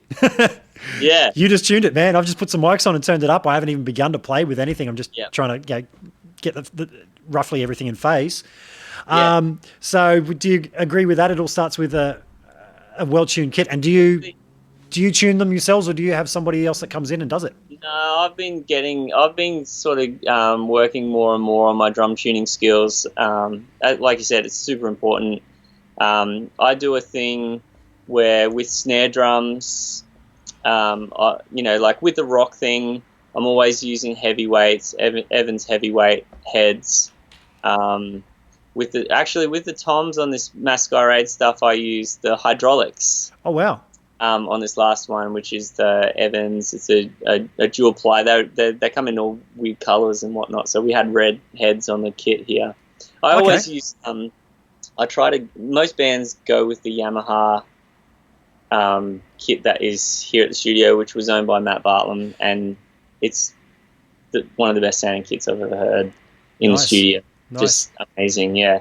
But I mean, it's all about tuning stuff right, tuning the tom, making sure everything the toms are resonating and not conflicting with each other and whatnot. But mostly for me, it's this, the snare tuning. We snare shoot out every song that we record. That's a big part of what I do. So I will set up the song, get everything in phase, pull my drums tone to where I like it, and then usually I have about 8 or 9 snare drums that are all tuned up, and we'll record the chorus of the song 9 times with 9 different snares. Wow. And then we'll come through and we'll listen to them and flick through the snares, and it's amazing how different they are. And then we'll find, usually you identify it pretty quick, but this snare and the way it's tuned to the song, and then I'll usually get a little piano app and find the note that the snare's tuned to, and then work out where it is in relation to the key of the song, and then I might fine tune it so that it's exactly that note. Awesome. Awesome. And then the way that works with the song is always amazing. And then we'll take samples of the kit for me to build, because I usually I'll take samples of the kit, so take samples of the snare, and I'll build a trigger. Do you know the software Trigger? Yes. It's a Stephen Slate plugin. Yeah, that's the one. Yeah, that's what I was thinking of. Yeah, I'll build a trigger, I guess preset with all of the different velocities of the snare. So I take all of the samples, I chop them up, and I put them in. So you get like 4 different samples for each velocity, or 5 different samples for each velocity. And then if you use that as your sample, like you're talking about using samples, it's the snare. The sample that you're using is this is the snare with the same player and the same room mic. So same room, everything. So that in that way, you get the most natural sounding. If you want to beef up your snare, you're just adding more of the same thing to really beef it up. Awesome. Yeah. So when you're getting a drum sound together, I'm not sure. Do you mix your own projects, or do you get guys like Forrester and stuff to do those? Or well, yeah, Matt Bartlett and Forrester are definitely better mix engineers than what I am. So So if you were to mix drums, do you start with your overheads or the cymbals, or do you start with the wood and then bring them in later? Because I know there's 2 different approaches there. Look, it's. I mean, a lot of the times it's sort of work my way from the kick, snare, toms, hats, overheads, and then start adding in that other stuff. But at the end of the day, like, mixing for me is not linear like that. It's kind of like, you play around with your kick, you play around with your snare to the point where you get it to like, I know that's what a snare drum sounds like, but I'm not going to go too crazy with it, because when I put it all in, and then when you start mixing, by the time you're mixing guitars and bass and stuff, you start to go, oh, you know what?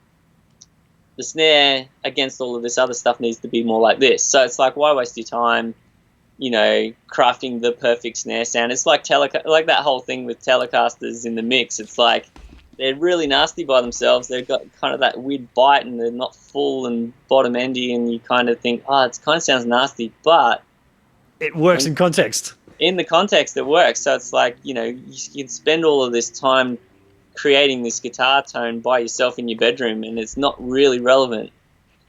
Absolutely. But same with the drums. I think it's like, let's get everything kind of sounding the way I think it should sound, and then start mixing, bass and guitars and whatever other instruments I've got going on, and then I'll go back and play with some snare, and then I'll go back to the guitars and do that, and then I might go back and whatever's grabbing my ear at the time. It's just this kind of juggle of like just slowly getting everything to where it needs to be. Sure. So I was going to ask you if you had any tips on guitar sounds in the studio, but I'm guessing that you probably use the Axe effects most of the time. So on the stuff that you're producing for others, so you probably...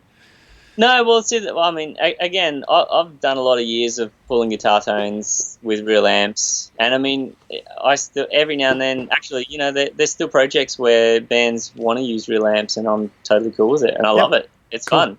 Cool. I guess my go-to process is hitting a radial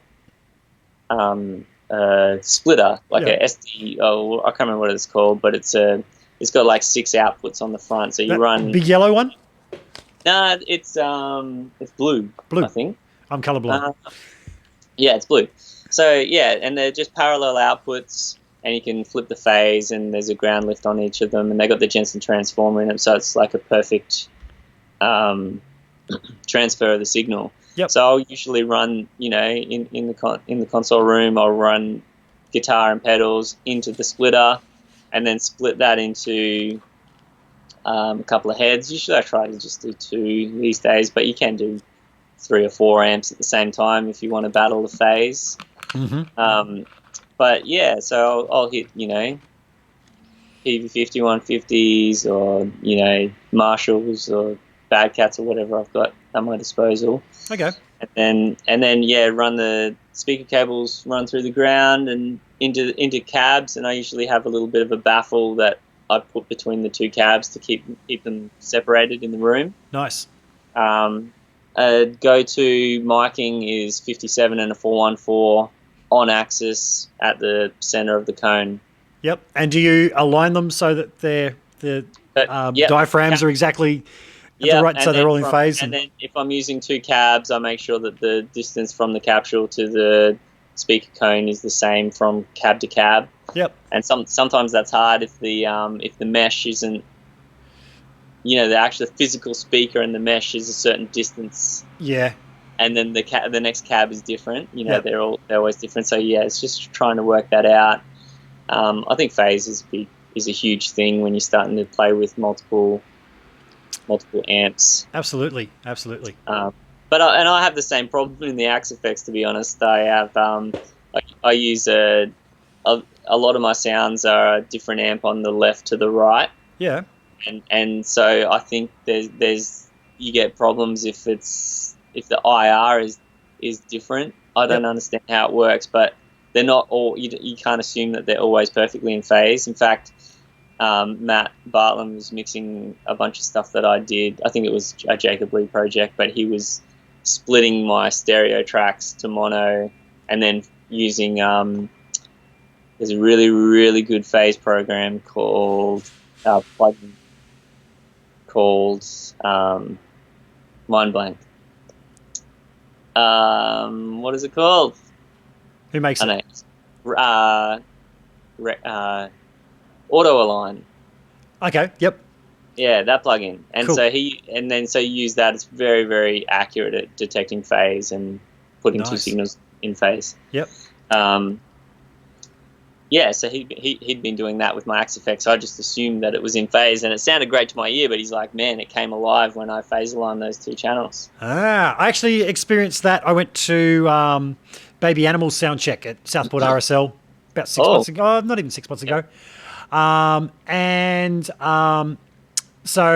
they were running the DigiDesign or Avid console with a little Pro Tools. So the band played for a bit, and Dave Leslie is using the AX8 now, the Axe-Fx on the floor just for fly gigs. Feeds it to a Marshall behind him, run it through speakers, mics that as well as sends it direct to front of house. And Ricky, their front of house guy, was showing me he was playing it back. They played a song and then they went off, and he kept tweaking, and showed me about just phase aligning the Axe-Fx to the mic'd signal and just the difference that made, just that shift. For absolutely. And the thing is with the Axe-Fx, because I do a lot of, so with the splitter box, a lot of the times these days I will go into the radial, split to the Axe-Fx or a Kemper or whatever, and then split to a real amp, and then run both of those in parallel. Okay. They're always in phase. Yep. They're always there's always a latency, and more and more I've been using ASCVU input with the Axe-Fx to try and minimize that. Okay. So it stays digital. Yep. Okay, cool. So all this talk of guitar sounds, I know you've got your pedal board down beside you there. Do you want to give people a bit of a run through your signal flow for your rig that you use with Dead Letter Circus? Sure. I think if you can see what I've got going on, I have sure can. This is a, let me tune this so it's better. So this is a RJM Mastermind, and that's the brain of everything. So you can see all of the cables coming out of it. There's another row underneath that as well. So I have 11 pedals or whatever, and they all loop individually into here. So it's a looper. So when it's green, that's song mode. When it's blue, they're just individual pedals in and out of the loop. Okay. So that's clean. So everything runs into the top box there, which is a junction box. I plug my guitar into that, and then it runs into the Mastermind, and then out of the Mastermind back out to my Axe-Fx or my amps or whatever you run. Okay, so do you run some pedals pre-Axe-Fx and then others in like a loop situation, or is everything before? Everything's before. Everything's before, okay. And if I want something different, I will use like a delay, for instance. If I don't like the way that the trails, like the trails of a delay hitting an amp, and they slowly become cleaner and cleaner. If it's a dirty sound, sometimes I don't like that sound, so I'll use an Axe-Fx delay. Okay. Yeah. But I mean, I like everything. I like pedals for the most part being before the amp. Except for, a lot of the time I don't like that with delay and reverb. But yeah, so everything loops into this guy, but this guy is also a MIDI powerhouse, really. So I've got a MIDI output which splits 4 ways. So this MIDI, in song mode, this will MIDI control the timeline, the whammy, Digitech whammy. Yeah, so just changes the presets on them?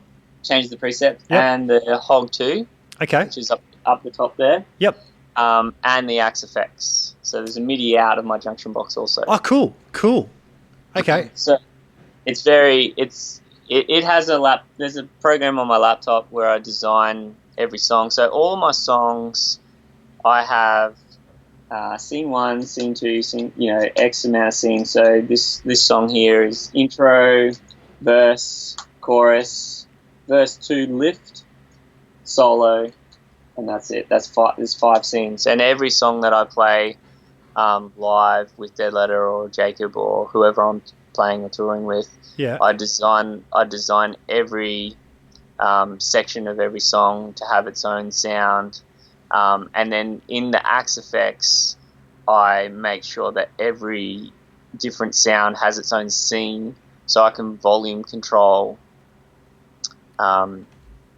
every sound. So if I go to a verse 2 and the verse 2 needs to be dropped down from the chorus, I do those volume automations within the Axe-Fx. Oh, cool.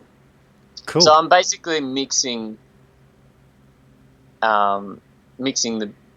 myself Yep. through front of house. So when the chorus hits, I go, ugh. Sometimes I even have a stereo enhancer that kicks in a bit as well. Yep. You know, Nice. certain songs. Yeah. So do you run everything stereo? Like all the pedals, are they feeding the Mastermind, the RJM in stereo? Yep. So I hit it.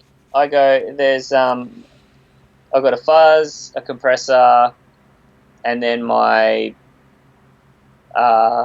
pitch shifting things, which is the hog and the whammy, and then I have my overdrives, which is the sick as Bondi effects, and then the T-Rex Mudhoney.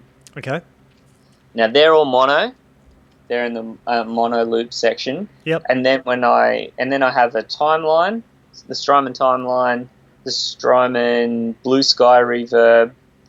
The Boss RV5 reverb, and then the Blue Sky reverb, and then I have a Flux tremolo, and all of those 4 pedals are stereo, and they are running in stereo loops, and then the stereo output then runs to the junction box, which runs to my Axe effects. Nice. So my stereo effects on my pedal board hit the Axe effects in stereo. Cool. Nice rig, man. Nice rig. Yeah. Now you said you had a compressor and something else at the start there. What was the first couple of things? Apocalypse is a fuzz. Yep. Insanely gnarly. One of the coolest sounding fuzz pedals I've ever heard. And then it's Bondi Effects again, the same guy that makes the sick as that blue overdrive. But it's just if you look at it, it's just this silver prototype. It's the first one that he made. Cool. And it's designed to be like a, I think it's the chip from a DBX 160. Yeah. But it's got like attack and release. And I remember when he built the prototype, Jono, his name is, a really lovely guy. But he was building the prototype and he did the attack, the slow attack. It was like a 1176. So slow was like off, turning them off. Yep. And then fast was turning it all the way up. Yep. And he told me he was going to swap that because all of the pedals on the market were the other way around, aren't they? The other way around. But I was like, no, that reminds me of a studio compressor. Why don't you keep it the same? I like that. And he goes, yeah, but you're the only one. And I said, well, can I have the prototype? and he goes, yep. And so he gave it to me. So that's the first 2026 Bondi Effects compressor. That's the prototype. It doesn't even have the screws for the jacks. The jacks are just kind of floating. Oh, really? Yeah. Classic. And are they an Australian company? Yeah. Yep. Yeah. Well, so. I think. Yeah, he's got an American accent, so I'm pretty sure I can't remember where he's from, but I mean Bondi Effects is obviously Bondi Beach. Yeah. And 2026 is the name of that compressor. That's the postcode of Bondi. Cool. Bondi.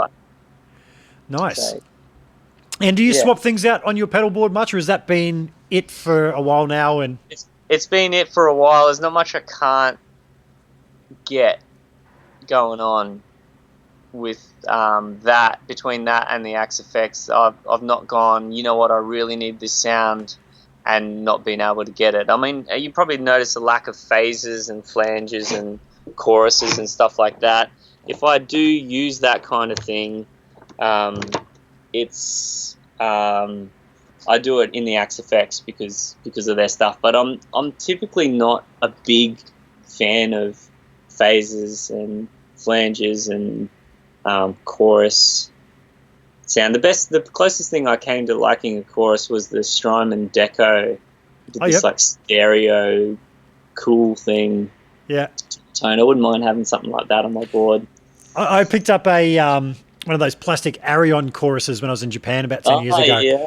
And as I said, I've had all the different modelers, and one of the reasons I keep getting rid of them is I compare that chorus to the chorus that's in all these things, and there's just no comparison. But how often do I use that? You know, for the sake of that having it there, do I really want to lug around another pedal? So I totally get. Yeah, you just use what's in the multi effect. Yeah. I mean, I've got Pro Tools as well. Like, I'm such a Pro Tools nerd. If I want, especially in the studio, if I want some kind of chorusy thing, like I'm reaching for an Eventide plug-in or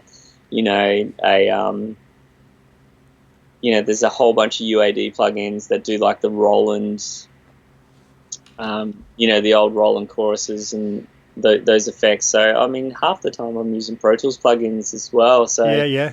I mean, it's just the day and age of the world we live in, And as far as live goes, there's not much that I can't, do at a great quality between the Axe effects and that pedal board. Sure. I was going to ask you something just then, and it totally slipped my mind. I wrote it down.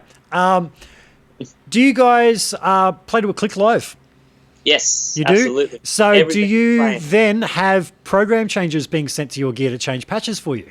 I could do that. You could, but you don't. But yeah, so half of me is old school, half of me is all about technology. I kind of like the whole I'm playing this verse, and then I've got to hit this pedal, and then I've got to change to this guitar part, and then sing this line all sort of once. It's the challenge of a little bit of tap dancing that I still enjoy. Yeah. And the tap dancing is very minimized with this pedal board as well, being that you can press one button and infinite amount of things can be changed via MIDI and via the loops being switched on and off. So there's a lot less tap dancing. It's usually just like verse, chorus, whatever, unless I'm pitch shifting. Because the Hog, I do a lot of pitch shifting with the Hog with the expression pedal. Oh, yep. That's not a volume pedal, by the way. That's your expression, yeah? Yeah, so that is the expression pedal for the Hog. Cool. So that'll push push it up an octave or back an octave, most typically in a DLC set, And this pretty simple question I should have asked earlier, but tuning-wise, what do you guys tune to? Dead Letter tunes, half step down, so like drop C sharp, I guess. Yep. Yeah. So drop D down a half step. Drop D half step down, yeah, that's it. Yep. Cool. And how does your guitar handle, like if you're playing other gigs, do you have your guitar specifically set up for that and take another one if you need to go do a gig that's in standard tuning, or you just tune it up? Yeah, I mean, this is my for pretty much for every other band that I play in, this is my baby. Wow. So this is a Gretsch. I think it's a Sparkle Jet. Wow, look at it. Is that like Duo Jet? Is that like a pearl top or something on that? What is that? Yeah, it's unbelievable. Hey, so I had a Jackson Ampworks amp. Yeah. And I loved it. I really did, but I just I got sick of lugging it around. Yeah. And it had broken down on me a few times, but I was trying to sell it, and it was worth a fortune. Like, they're worth about $4,000, and I was trying to get what it was worth, and I just couldn't move it. Yeah. And someone was a friend of mine who sells a lot of gear on Facebook Marketplace and whatnot. He was selling this. I said, "Would you swap it for a Jackson Ampworks?" And he's like, "Yeah." And I just thought to myself, I could sell this. And totally sell this because it's beautiful. And so that was my plan. So I got it, and I'm like, all right, I'm going to sell this. And I just jumped in the studio one day with Matt, and I just went, oh, hey, I've got this guitar. I'm just about to sell it. And I played on a track, and we were just floored, just like, wow, so three-dimensional. But it's not just I think because it's there's a few upgrades on it. So these are TV Jones pickups. Yeah, were they TV specials or something? They're just called TV Jones. So they're just stock standard TV Jones pickups. But this one's a bit hotter. Yeah. And then the bridge is a solid. It's not a standard bridge. It's called a Compton bridge. Okay.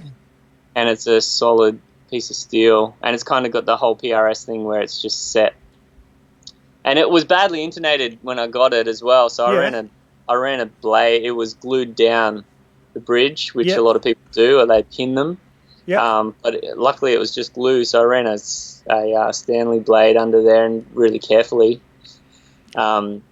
removed it, and so now it's just floating there, so I can intonate it. Wow.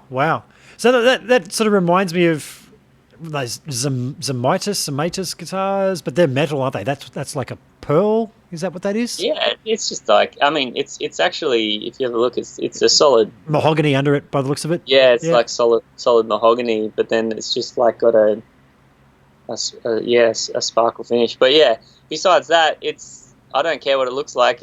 When I played it, it was 3-dimensional and warm, and everything that you could ever love in a guitar tone. And the Bigsby's just got an amazing feel and action to it, and I just fell in love with it, and I couldn't sell it. So I ended up selling a Jazzmaster that I had at the time that I was using for a similar thing. This just was so much better. Yeah.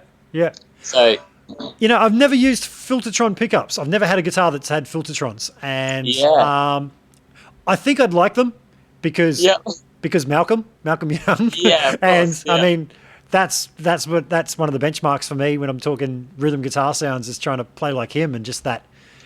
Yeah. Yeah. I know what you mean, man. It's like it is classic. I mean, I think Barlam had a White Falcon at the studio at Loose Stones. I'm trying to think of it if it had Filtertrons. I think it did, and I remember loving that guitar. But it was too big for me. I'm almost like I'm the same. I'm skinny. I'm little, and I play that, and I look like a little 5-year-old. I'm like going. I laugh. But I felt little, like a real little kid playing that thing. I laugh at the Shook Me All Night Long film clip. Yeah. And because the Young brothers are seriously small dudes. And a mate of mine always laughs when you talk about that song. He goes, "Oh, and Malcolm with the world's largest bloody guitar, it looks huge on him." Massive on him, yeah. Yeah, and even SGs. I look at how big an SG looks on Angus. I can't play an SG. It's just too small. And everything's too far that way. Exactly. You I feel don't that? like SGs. Yeah, it feels like I'm playing guitar. I've got to change the shot so people can see what the hell I'm doing. But it feels like I'm playing guitar like this over to the side rather than in the middle when I'm doing it. But I guess everyone's different with what they like. Different neck profiles. I've come to really appreciate big fat necks. Yes, I'm the same. And I actually think a lot of the tone comes from that.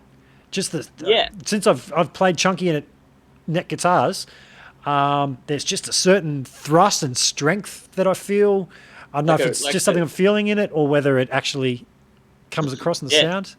That's an interesting debate that I've been having quite a bit in just with lots of different people talking about what actually affects the tone. Yeah. And, because, I mean, you're essentially talking about a magnetic field, right? Yep. And how much can the timbre that is on this guitar or the fretboard, whether it's maple or rosewood, to me it seems ridiculous that it would make much of a difference with the way that the magnetic field is picking up the string vibrations. But I think, solid timbre and then a bridge being screwed into solid timbre, the way that a note would sustain and resonate acoustically would then translate through the magnetic field, I guess. Theoretically. It's a strange thing, and there's so much debate about it. And I got to say, I've got a Strat Ash, Strat Ash Strat is what I meant to say. An older Strat and a Basswood throw together, and they all sound completely different, but what they sound like acoustically kind of comes through in the sound of the guitar plugged in. So my Richie Kotzen Strat is Ash, and it just has a nice bell-like sound, like heaps of lows, heaps of highs. There's a bloom about it. I think it's the pickups in it that just, I love it. Yeah. Whereas my older Strat just has more of a mid-range thrust about it. Yeah. But you hear it when they're beside them and you just play them, you just strum them. You hear that completely. So, but then I've spoken to other people that and guys that have designed pickups and the like, and they go, no, it's all a load of shit. So it's hard to know. I definitely err on the side of I don't think it makes any difference to a certain degree. And I think the only way that you could really, really prove it is by taking the exact electronics out of one guitar, like doing a thorough recording of a certain, and the same player playing the same thing, and then gutting it, putting it like a balsa wood guitar. And I've heard of a guy doing this actually locally on the coast who did it and said he for him it was confirmation that it was all a load of garbage. It's purely the electronics, and if you take the exact electronics out of your guitar and put a balsa wood guitar body on it, it'll sound identical, and that was the theory. Yeah, and right. I mean, I don't know. I feel like it maybe 95% of that would actually be true, but I mean, surely there's a 5% of like the resonance of like acoustically, if you've got a solid body guitar, the notes resonate in a certain way, and maybe that if it happens acoustically, some part of that would translate through the electronics. That's what I would think. Yeah, it's funny. I had Frank Falbo on here as a guest a couple months ago, and he designed the Fishman Fluence pickups, Wow. as well as the Seymour Duncan P rails. Have you seen those? Which can switch between being a single coil humbucker and a P90. It's all in one. So he designed a few things like that, and. Yeah, the talk of Tonewood, and Frank just rolled his eyes and just went, but you guys can talk about Tonewood. It's all a load of shit. So I'm very on the fence. I haven't done those subjective tests myself. I'd like to actually route out one of my cheaper guitars so that I can start doing pickup demos and do all the demos of any pickup that I come across on the same guitar so that you can hear it. The same. I think at the end of the day, a lot of the people having these conversations are... to me, it seems like it's a lot of amateur guitar players on YouTube having a lot of these conversations, not guys that are out there just like, I mean, half the players that I know that are like touring and playing, they're just like, who cares? Like, it's like that Steve Lukather interview where he just goes, man, I've had boutique handmade pedals and guitars and amps, and I've had it all. Like, I've had everything thrown at me. He goes, now I don't care. Yeah. Give me a guitar, it's gonna sound like me. Yeah. Like that's what it's gonna sound like. And I loved it. It was one of those interviews where I went, yeah, you just gotta, not get bogged down on things that are so insignificant. And like, I think John Mayer was, he had a fun little rant on it might have been like an Instagram, one of his live feeds. Is someone he answers questions, and someone said, oh, what do you like I see you using a tube screamer with this mod or something on it. And he goes, look, I used to have these debates, but he goes, you give me a green pedal, a green overdrive pedal. He didn't even say tube screamer. He said, if it's green, I'll make it work. He goes, I don't care what chipset it's got in it. Yep. It'll sound like me. And I think a lot of people will lose the forest for the trees. And as much as I'm a gearhead, I think sometimes you can lose the forest for the trees in getting bogged down in those details. Absolutely. Yeah. Friend of mine opened for not Kiss. He's opened for a lot of big bands. Def Leppard it was, and he said that Vivian Campbell walked past his dressing room after they played one time, stuck his head in, and said in his Irish accent, "Hey, I was going to ask you sounded great. I was going to ask you what you were using, but we all know tones in the fingers."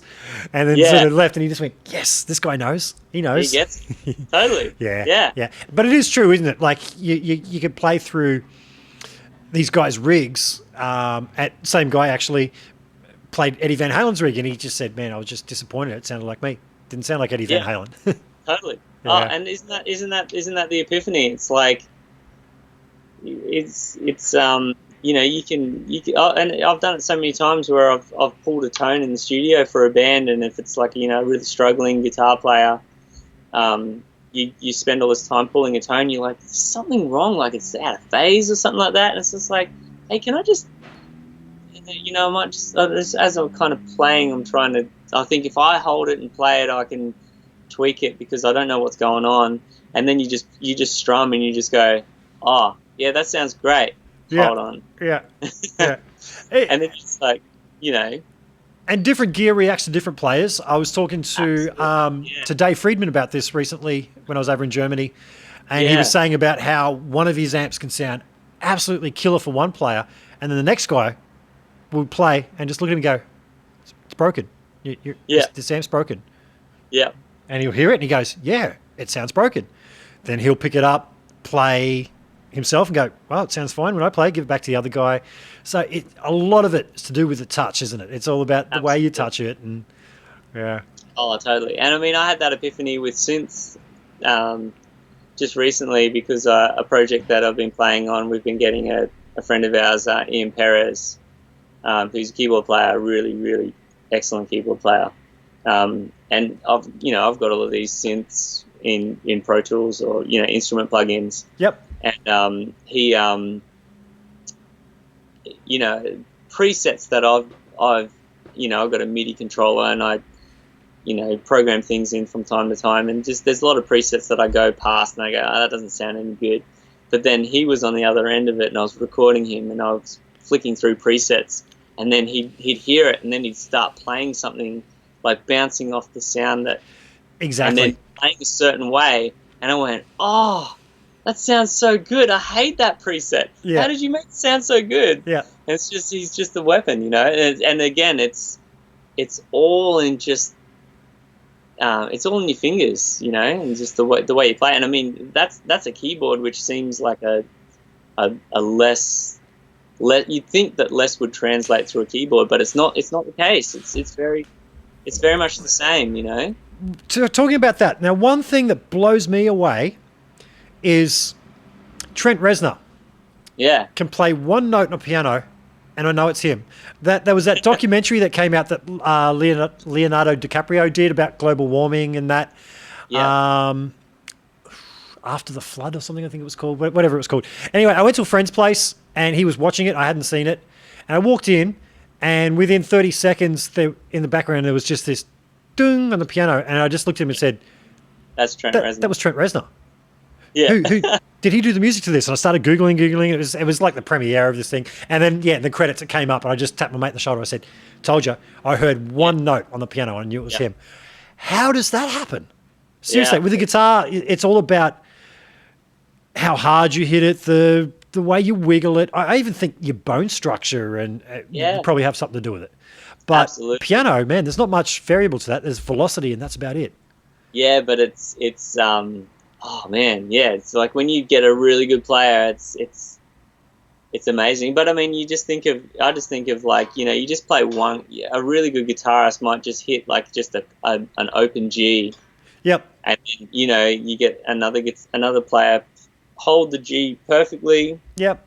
No buzzing notes, and they strum it, and you just go, nah. Yep. Doesn't sound half as good. Why? Yeah. I know that when I play an E chord, there's a certain sound that I know a lot of guys that can absolutely shred the pants off over me, man, but they're shit ass rhythm players, and I'll just hit that big E chord and go and do that, and they can't. Yeah, that's it, man. And I think that's the thing. Like I feel like I've spent a lot of my time playing quite simple sort of music, especially more recently. It's all about tone. It's all about, and it's all about note choice and, simple versus more stuff. And I feel like that's, seems like a cop out, like, oh, you don't shred, it's because you can't do it or you haven't spent your time practicing. It's like, well, I've just been practicing different things, really. But ultimately, that's the stuff that I love and I want to hear. And I feel like you can.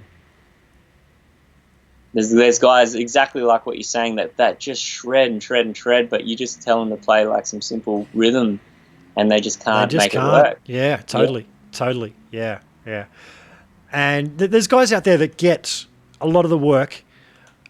I noticed this when I was a young fella and I started watching bands. Like anytime a solo artist would come up from Sydney or Melbourne, it was always the same guys in the band. And it was like, okay, so why does this guy get all the gigs? And just talking to just guys in the crew and stuff that I've toured with and that have worked with a lot of those guys, and they go, well, it's because that guy, turns up on time every time.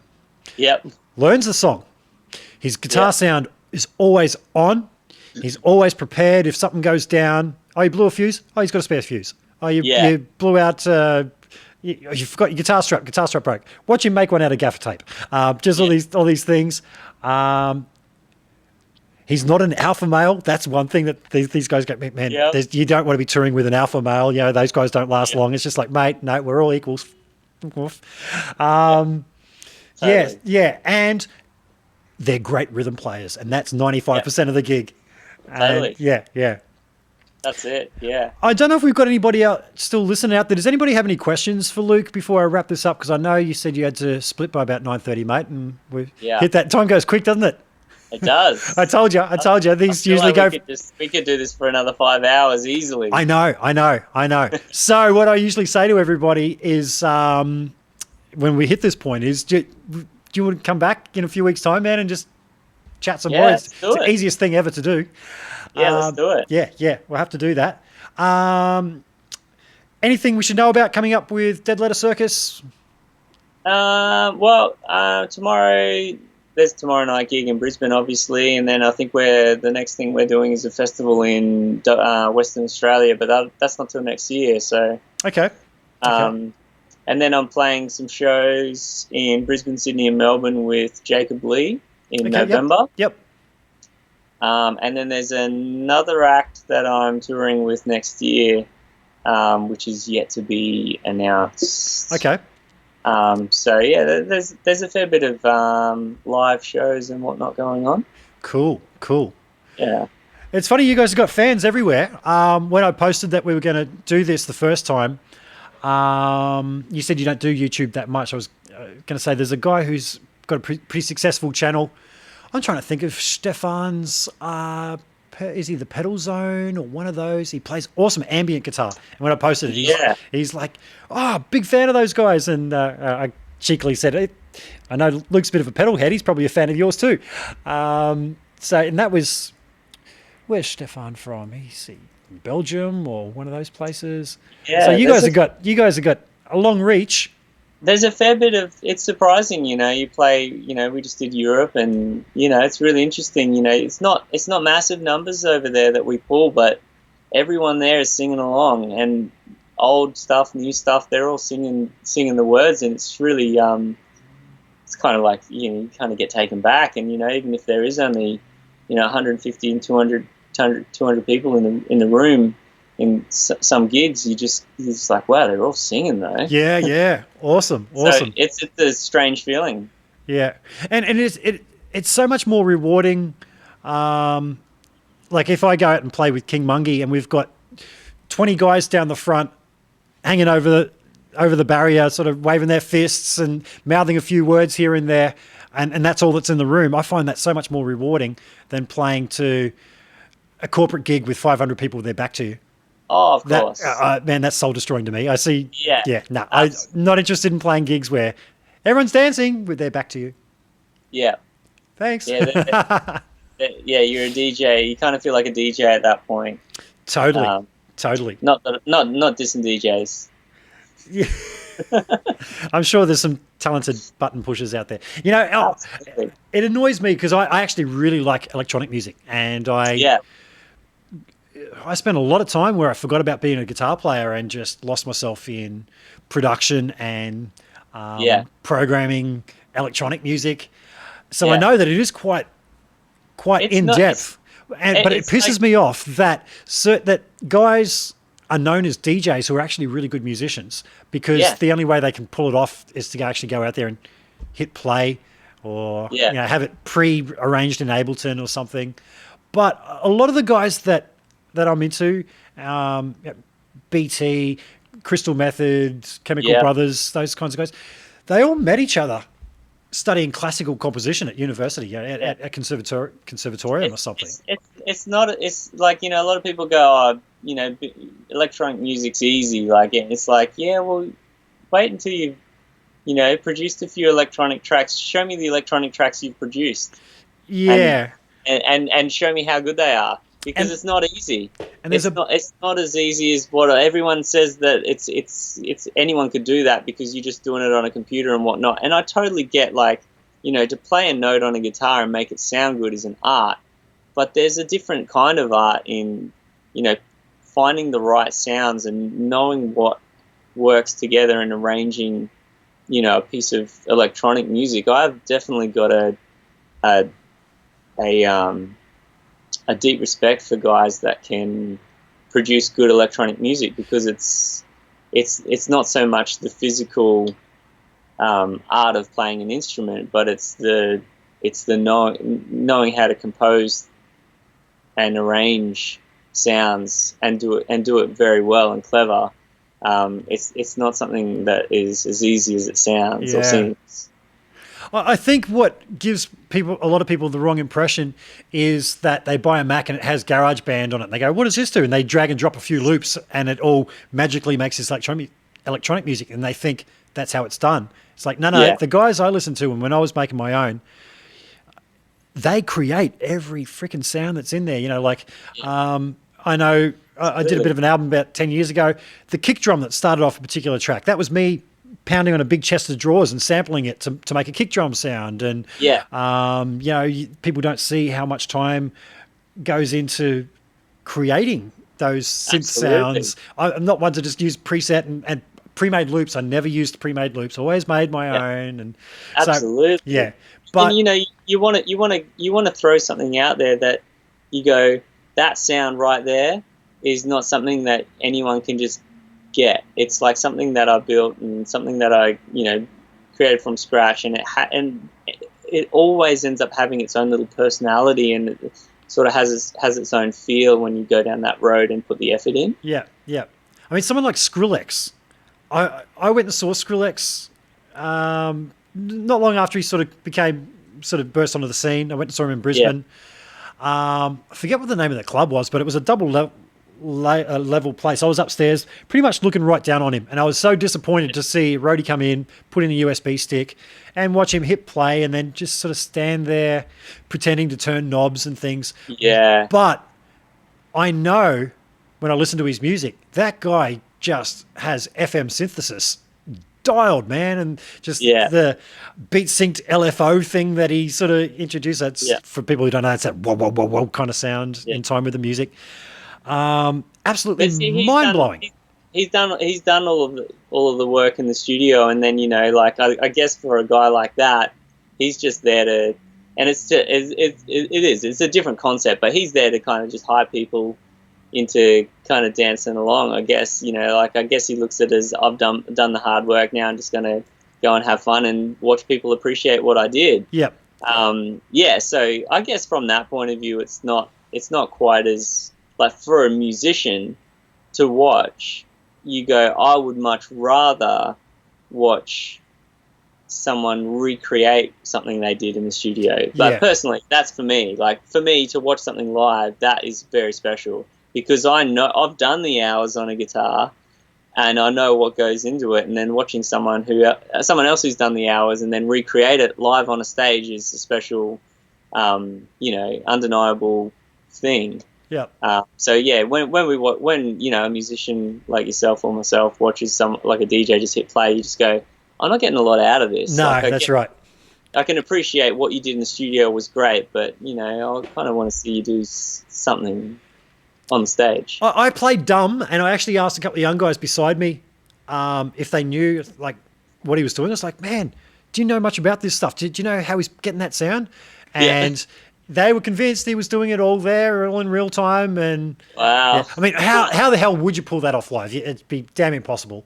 I know a lot of guys, a band that Matt Bartlum has been playing with and sort of producing vocals and stuff for is a band called Lastlings, and they're a young brother and sister. They've been touring the world with Rufus.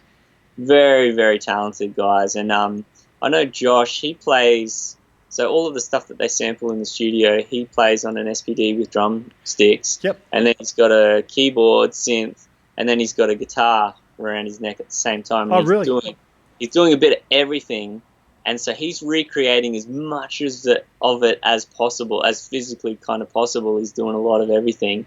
And sure, there's heaps of it on track, but I still go, wow, like I'm kind of captivated by the fact that you're playing a bit of guitar and then you do an SPD, you quickly jump to the SPD for a verse, and then you jump on the synth for a bridge, and then you back to the guitar, and it's just like, I'm entertained. If there's talent on a stage doing, playing in time and playing in tune and doing, captivating me, I kind of, these days I'm used to the fact that everyone's running tracks, so I kind of forgive the fact that there's tracks, as long as there's someone talented on the stage doing something that's impressive, you know, that most people can't do. Yeah. But if you're seeing someone kind of not executing live on stage, and then there's heaps of tracks, I just go, like, it makes it worse. Do you know what I mean? Absolutely, absolutely. Yeah. Luke, I got one question for you before we split, man. Awesome. You've talked a lot about working on other people's music and working on Dead Letter Circus. Do you write any of your own music that might possibly make it onto a Luke Palmer solo record or whatever you would decide to call it? Is that something that's ever crossed through your mind? It has, and it probably will be something that it seems to, in the back of my mind, it's definitely a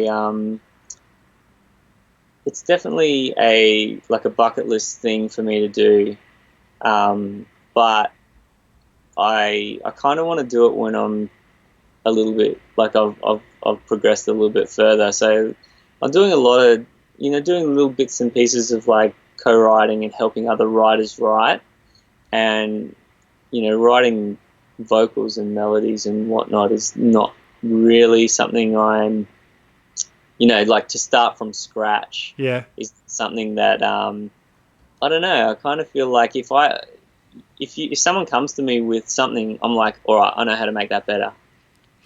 You know what I mean? Like I'm totally I'm confident with it, but to just go from scratch, especially lyrics, like just to come up with a way of expressing something lyrically, like, and poetically off the cuff, like just from scratch, just go from nothing to something.